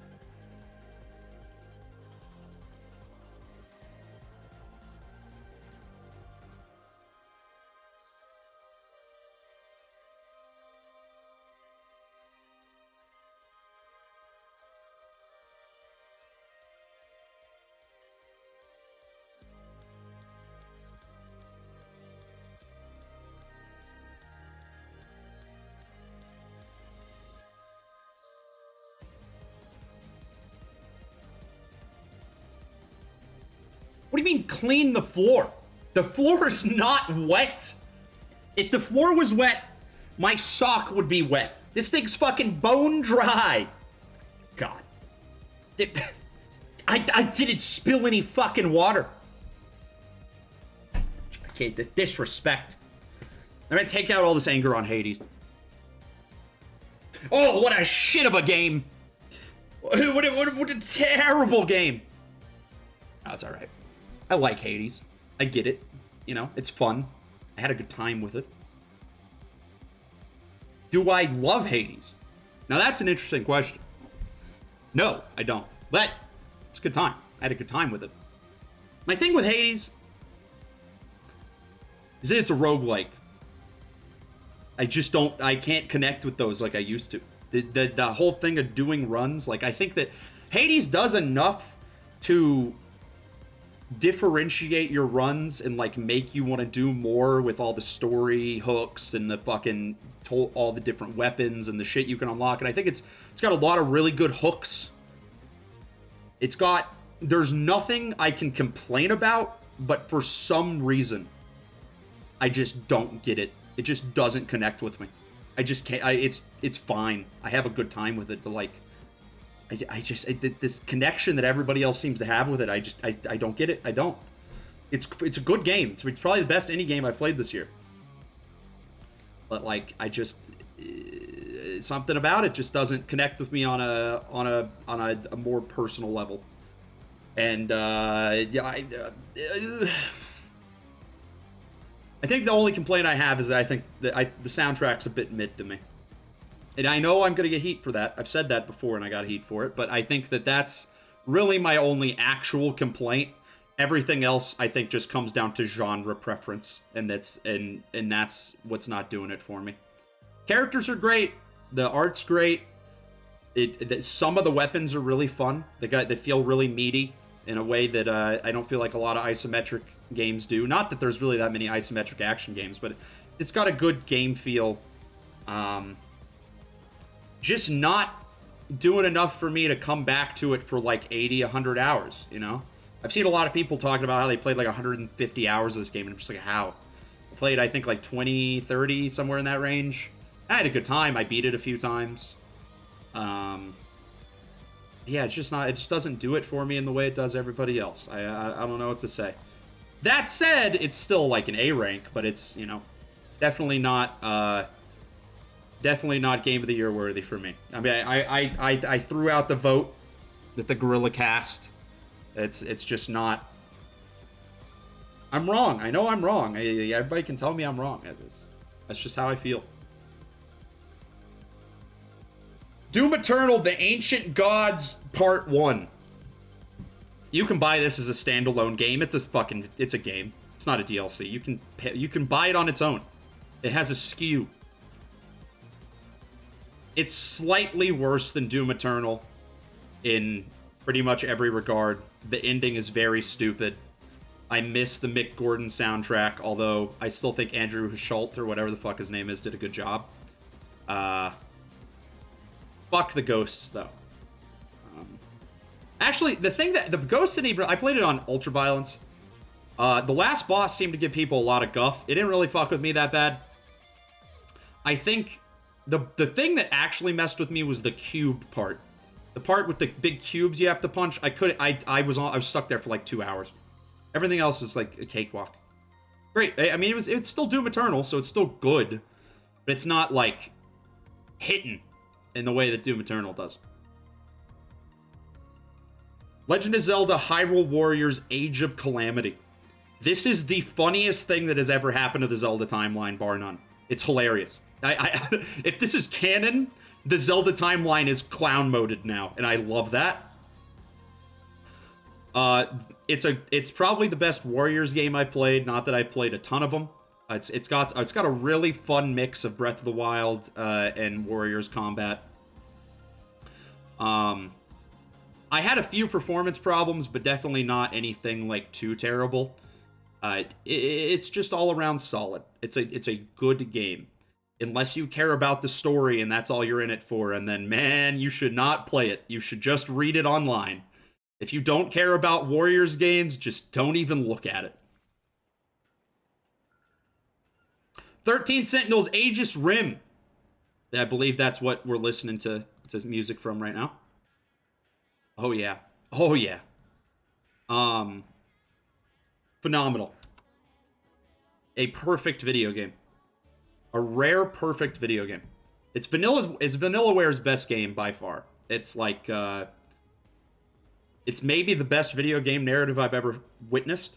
It ties together a billion sci-fi tropes in a way that seems like it would be completely unintelligible, but is actually like very stimulating and makes you think about shit and oh, maybe this is what's going on. Maybe this is what's going on. And by the time you get to the end of the game, that wraps everything up in such a satisfying way that seems impossible.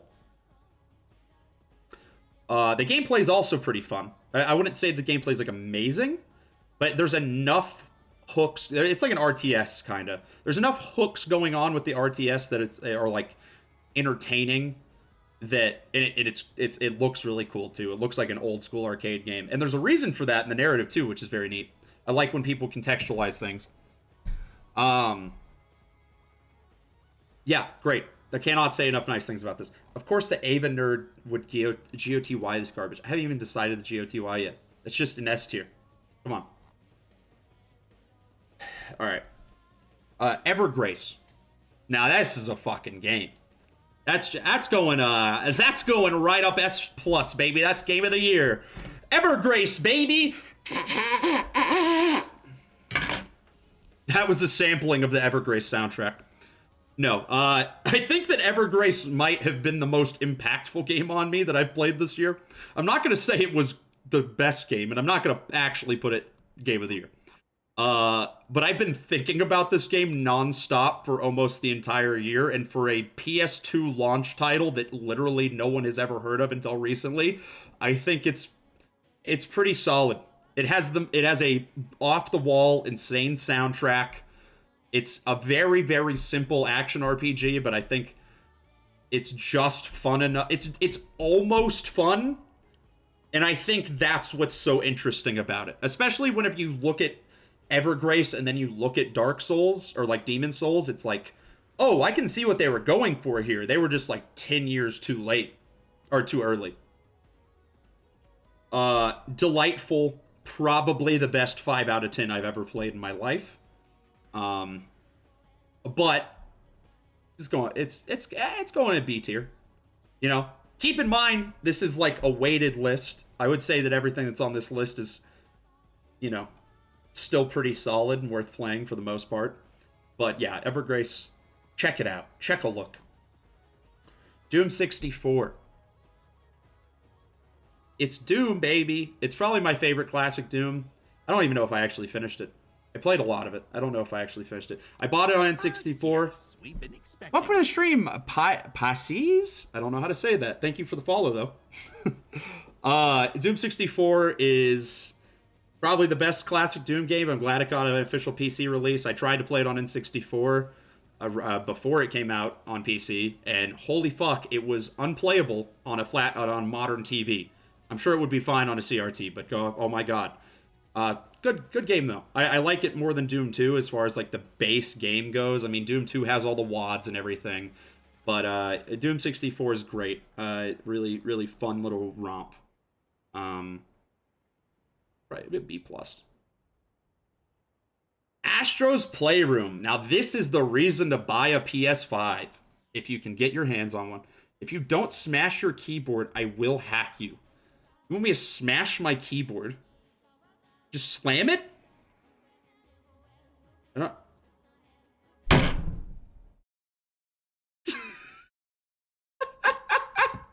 What just happened? I closed out of the fucking... No! Okay. It saved it. I was worried I was gonna have to redo this whole fucking thing. Oh my god. I don't even know how I did that. There's no way I hit, like, Alt F4. Did your keys fall out? No.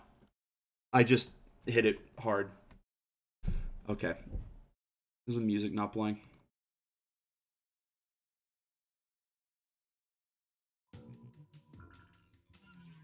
Alright.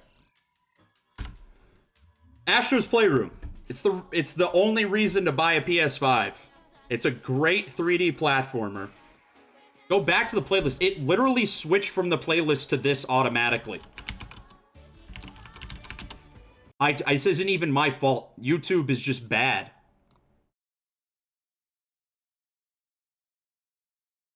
God. Shuffle. Next. Okay. YouTube sucks. Anyway, Astro's Playroom. Best 3D platformer I played in years. I love 3D platformers. It's delightful. I'm not even a huge PlayStation nerd. I only really started collecting PlayStation games in the last couple years. But everything it calls back to, all the references are delightful. It plays really nice. It looks immaculate. It's a great showcase for the DualSense. It's like, if you're gonna get a PS5, you're gonna play it, of course. So, highly rate this. It's a good one. A. A+ seems a little bit too nice for this. All right. Ape Escape. Played this on stream. I liked it.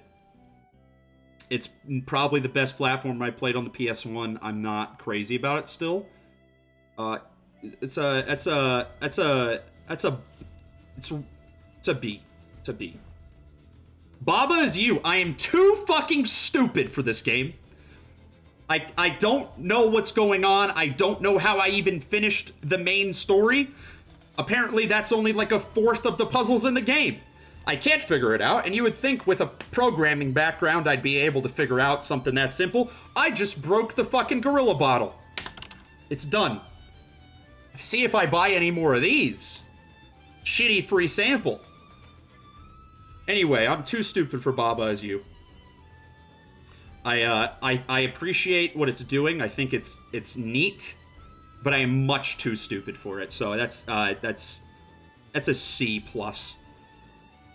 Wipeout Omega Collection. What if... Wait, this is one of those things I played and I was like, where's this been all my life? I love kart racers. I like F-Zero a fuck ton. But they stopped making F-Zero games. And I know that this is a remake of a bunch of PS1 and PS2 games. However, it's gorgeous. It feels great to play. I wish I had literally anybody to play it with. Because I got a little bored of the single player, but yeah, that's an A. I'm rating too many games too highly. This is a very top-loaded list. Not much here on the bottom. Pikmin 3 Deluxe. This is a game that I would say is perfect mechanically. Look, the JRPG playlist broke again. No, it didn't. Nier OST. I'm excited for Nier Replicant. I'm probably going to stream that. I've never played the first Nier. Pikmin 3 Deluxe. I think this is one of those games that's absolutely perfect on a mechanical level. The music, the soundtrack's so relaxing. I've been listening to the Pikmin 3 soundtrack to go to sleep a little bit this year since I played it. It's great. It's delightful. It's one of those games that just makes you feel happy inside. However, it also ends right when it feels like it should get going. Like it feels like it's about to like pick up the challenge and like go crazy with it, and then the game just ends. And I don't usually have a problem with games being too short. I mean, there's quite a few games on this list that I would not say are super long that I rated highly. I mean, fucking Mario World is up here. You know, that game's like 5 hours. Outer Wilds, you can beat that game in 5 minutes.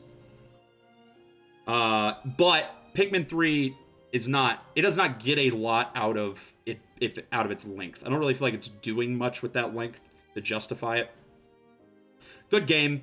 It would be like Game of the Year material if it were just a little bit longer. But it's still very, very highly rated from me. It's maybe one of the best Nintendo first-party games I've played in years. I really, really enjoyed it. Demon Souls! The reason I actually bought a PS5, streamed it. Y'all know kind of how I feel about it. But, looking back, it's very, very janky. And there's a lot of janky FromSoft games on this list. I played a lot of FromSoft games this year. But it's weird in this one in particular because I'm coming at it from an angle of a Dark Souls fan. And it just feels dated in a lot of really weird ways. I think that it's, being the first of its kind, it has a lot of really neat ideas that never really came back. With the way the levels are laid out and everything.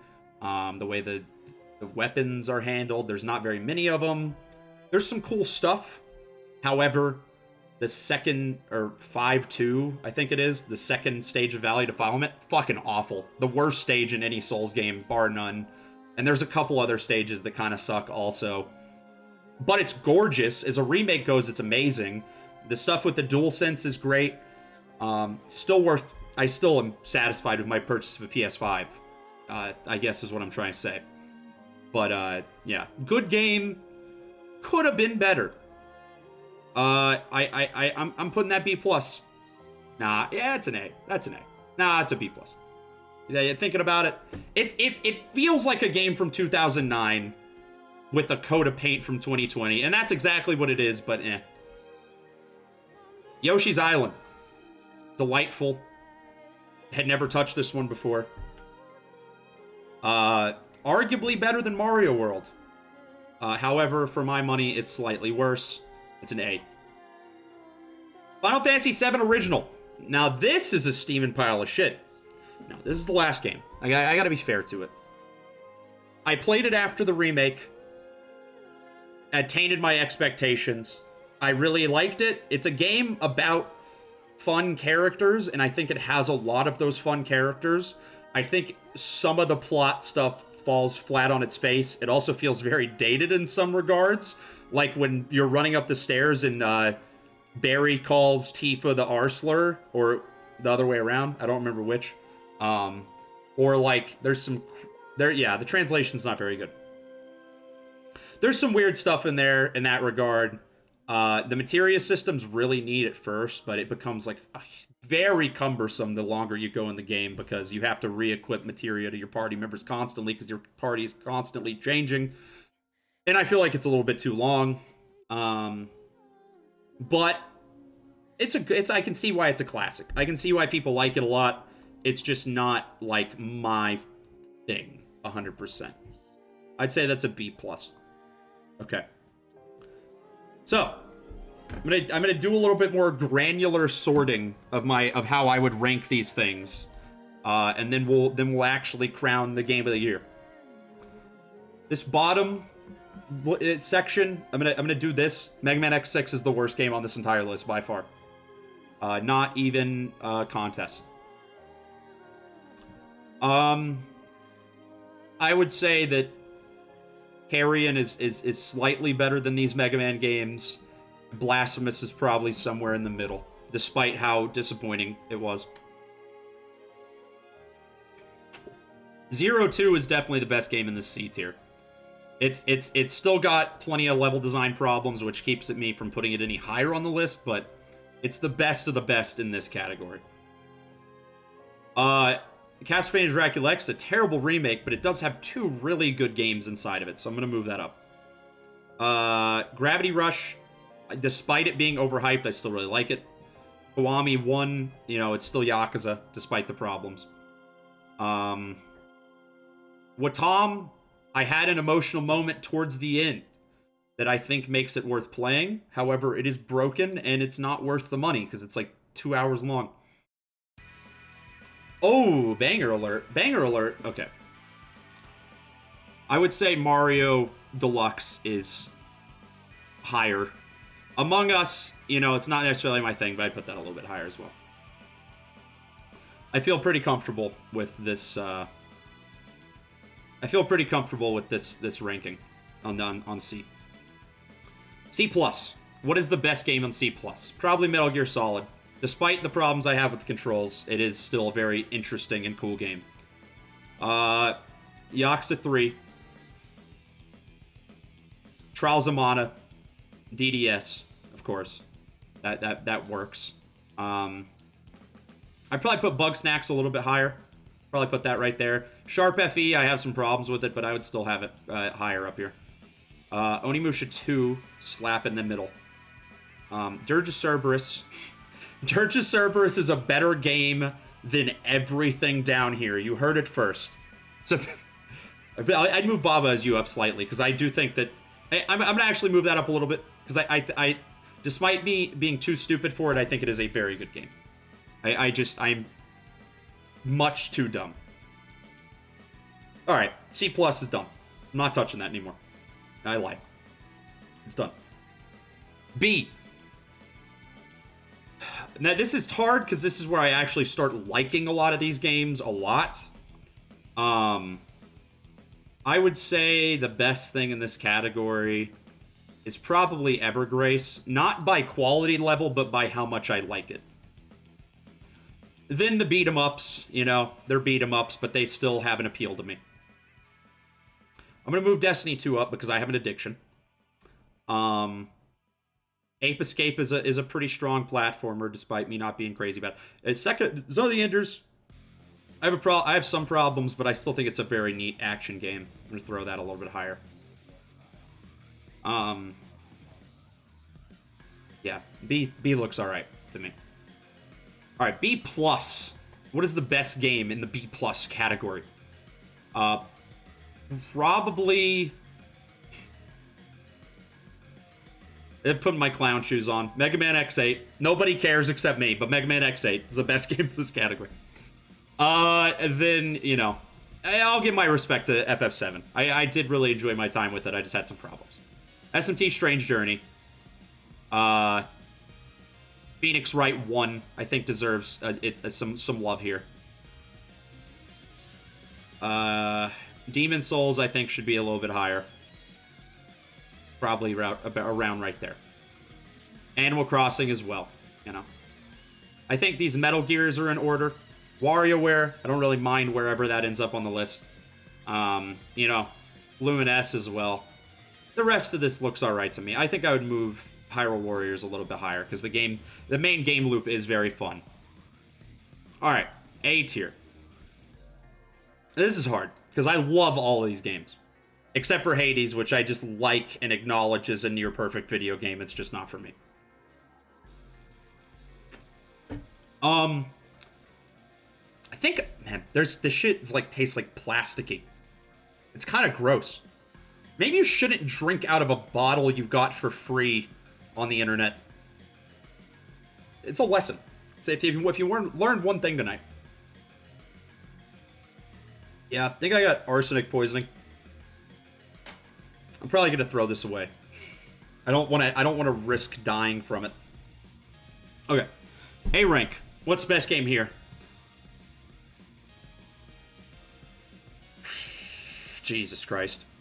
This is maybe the toughest list. This is the toughest part of this whole list. I think every game in here is very good. It just doesn't, like, reach the highest heights to me. Xenoblade, probably. Alright, I'm gonna say Xenoblade. What? Why can't it go before Bug? Oh, okay. I don't know what was going on there. Okay, Xenoblade. Mega Man 03. Because I think this is one of the best Mega Man games, period. And I'm a Mega Man shill. SPT4. MGS2. Valhalla. Actually, wait, no. Valhalla's going, like, right here. Because I almost put that in A+. So that's, like... I love that game a lot. I played Resident Evil 3 more than almost every game on this entire list, so I'm going to put that up there. Hades, well, Astro's Playroom, because I think that's a legitimately very delightful platformer. Hades. Yoshi's Island. This is a fucking crackheaded list. I don't think more than half of these games have ever been on the same list together. I feel like this is a little bit loud.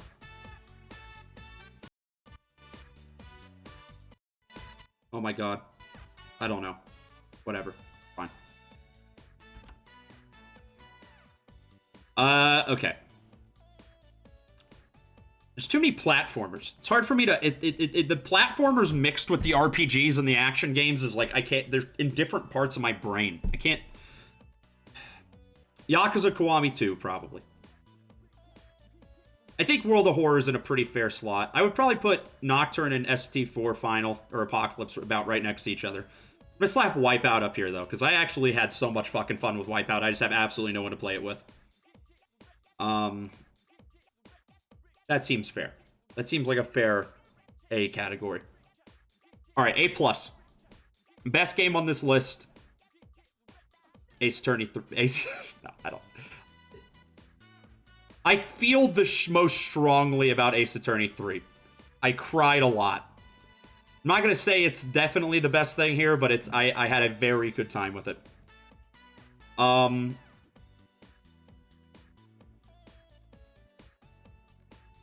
That's about right. I think FF7 Remake, I have a couple problems with. Persona 4 Golden, I have a couple problems with. I still think I had a better time overall with P4G. But, hey, it's personal preference. I think that they're both about the same level in my brain. I think they're both very, very good games. But I have to put one above another. And I had a... P4G has stuck with me a little bit more. And maybe that's just because I listen to the soundtrack very often. But I don't know. I think I like those about the same. S tier. This one's for all the marbles, baby. If I say, okay, I have to choose the game of the year now. The picture is behind the other picture and I'm malting. Okay. I have to actually choose the game of the year now. Because if I start sorting these, it's going to become immediately apparent. And it's probably already apparent. I'll put the hat on for the last bit here. God damn. This feels bad because I love every game that's an S or A+ on this list. I think is a game of the year contender, even the ones that didn't come out this year. You know, I think all these are fantastic, but I got to choose. And you know, the game of the year, scientifically proven by a tier list for 2020, is not Hades. It is 13 Sentinels Aegis Rim. They did it again. Vanillaware, the Mad Lads, they made the best video game ever. No, I think 13 Sentinels is... It's so specifically catered to me that I can't not love it. It's legitimately probably in my top 10 of all time now. I think it might be my top 5 ever, but I want to sit on it for a little bit longer. The thing is, I don't even necessarily like mecha that much. Like, of course I like Ava. But, like, I don't watch a lot of mecha anime. It's just the style and all the other shit it's playing with and how much it reminds me of Ava and other anime that I do like. It's unassailable. It's definitely one of the best games of the entire Jin. It's a shame that it went so under the radar. I hope more people pick it up. I've seen it on some Game of the Year lists, but goddamn, that's a good game. That's a good video game. All right, S tier though. Let's rank this out. Outer Wilds is one of the most interesting narrative experiences I've ever had in a game. I think it is probably only second to 13 Sentinels in regards to like non-linear storytelling, in my opinion. I had very, very, very good time with it. But it's not as good as Doom Eternal, because Doom Eternal I get to have meat hook and fly and shoot big gun. And then, you know, Metal Gear Solid 3. I got to put that above P5R. It's got the ladder in it. It's got Ocelot in it. As much as I love P5R, I feel guilty for having it this high on the list because there is things about it that I know are legitimately awful. It's just evened out by everything else that I like so much. So this is the final list. Get a good look. It's the last you're ever going to see any of these games. I'm throwing every single game on this list in the trash as soon as I'm off stream. Going straight in the dumpster. No, legitimately though, I think this was a great year for games. Even if you take away all the games on this list that didn't come out this year, I still think this was a great year for games. I think that the lowest rated game on this list that came out this year is Among Us. And that's, no, it's Carrion. But, like, still, you know? Yeah, it's shameful to me that I like P5R as much as I do. But, like, it's the aesthetic and the combat. I love the combat system. It feels more satisfying to me than any JRPG I have ever played. It has writing problems. It has pacing problems. It does not hold up objectively versus Final Fantasy VII Remake or Dragon Quest XI. I would not say it's a better game than those, but for me, it's better. But if we're talking about just games I played or just games that came out this year, the top 5: 13 Sentinels, Doom Eternal, P5R, FF7 Remake, and Pikmin 3 Deluxe, which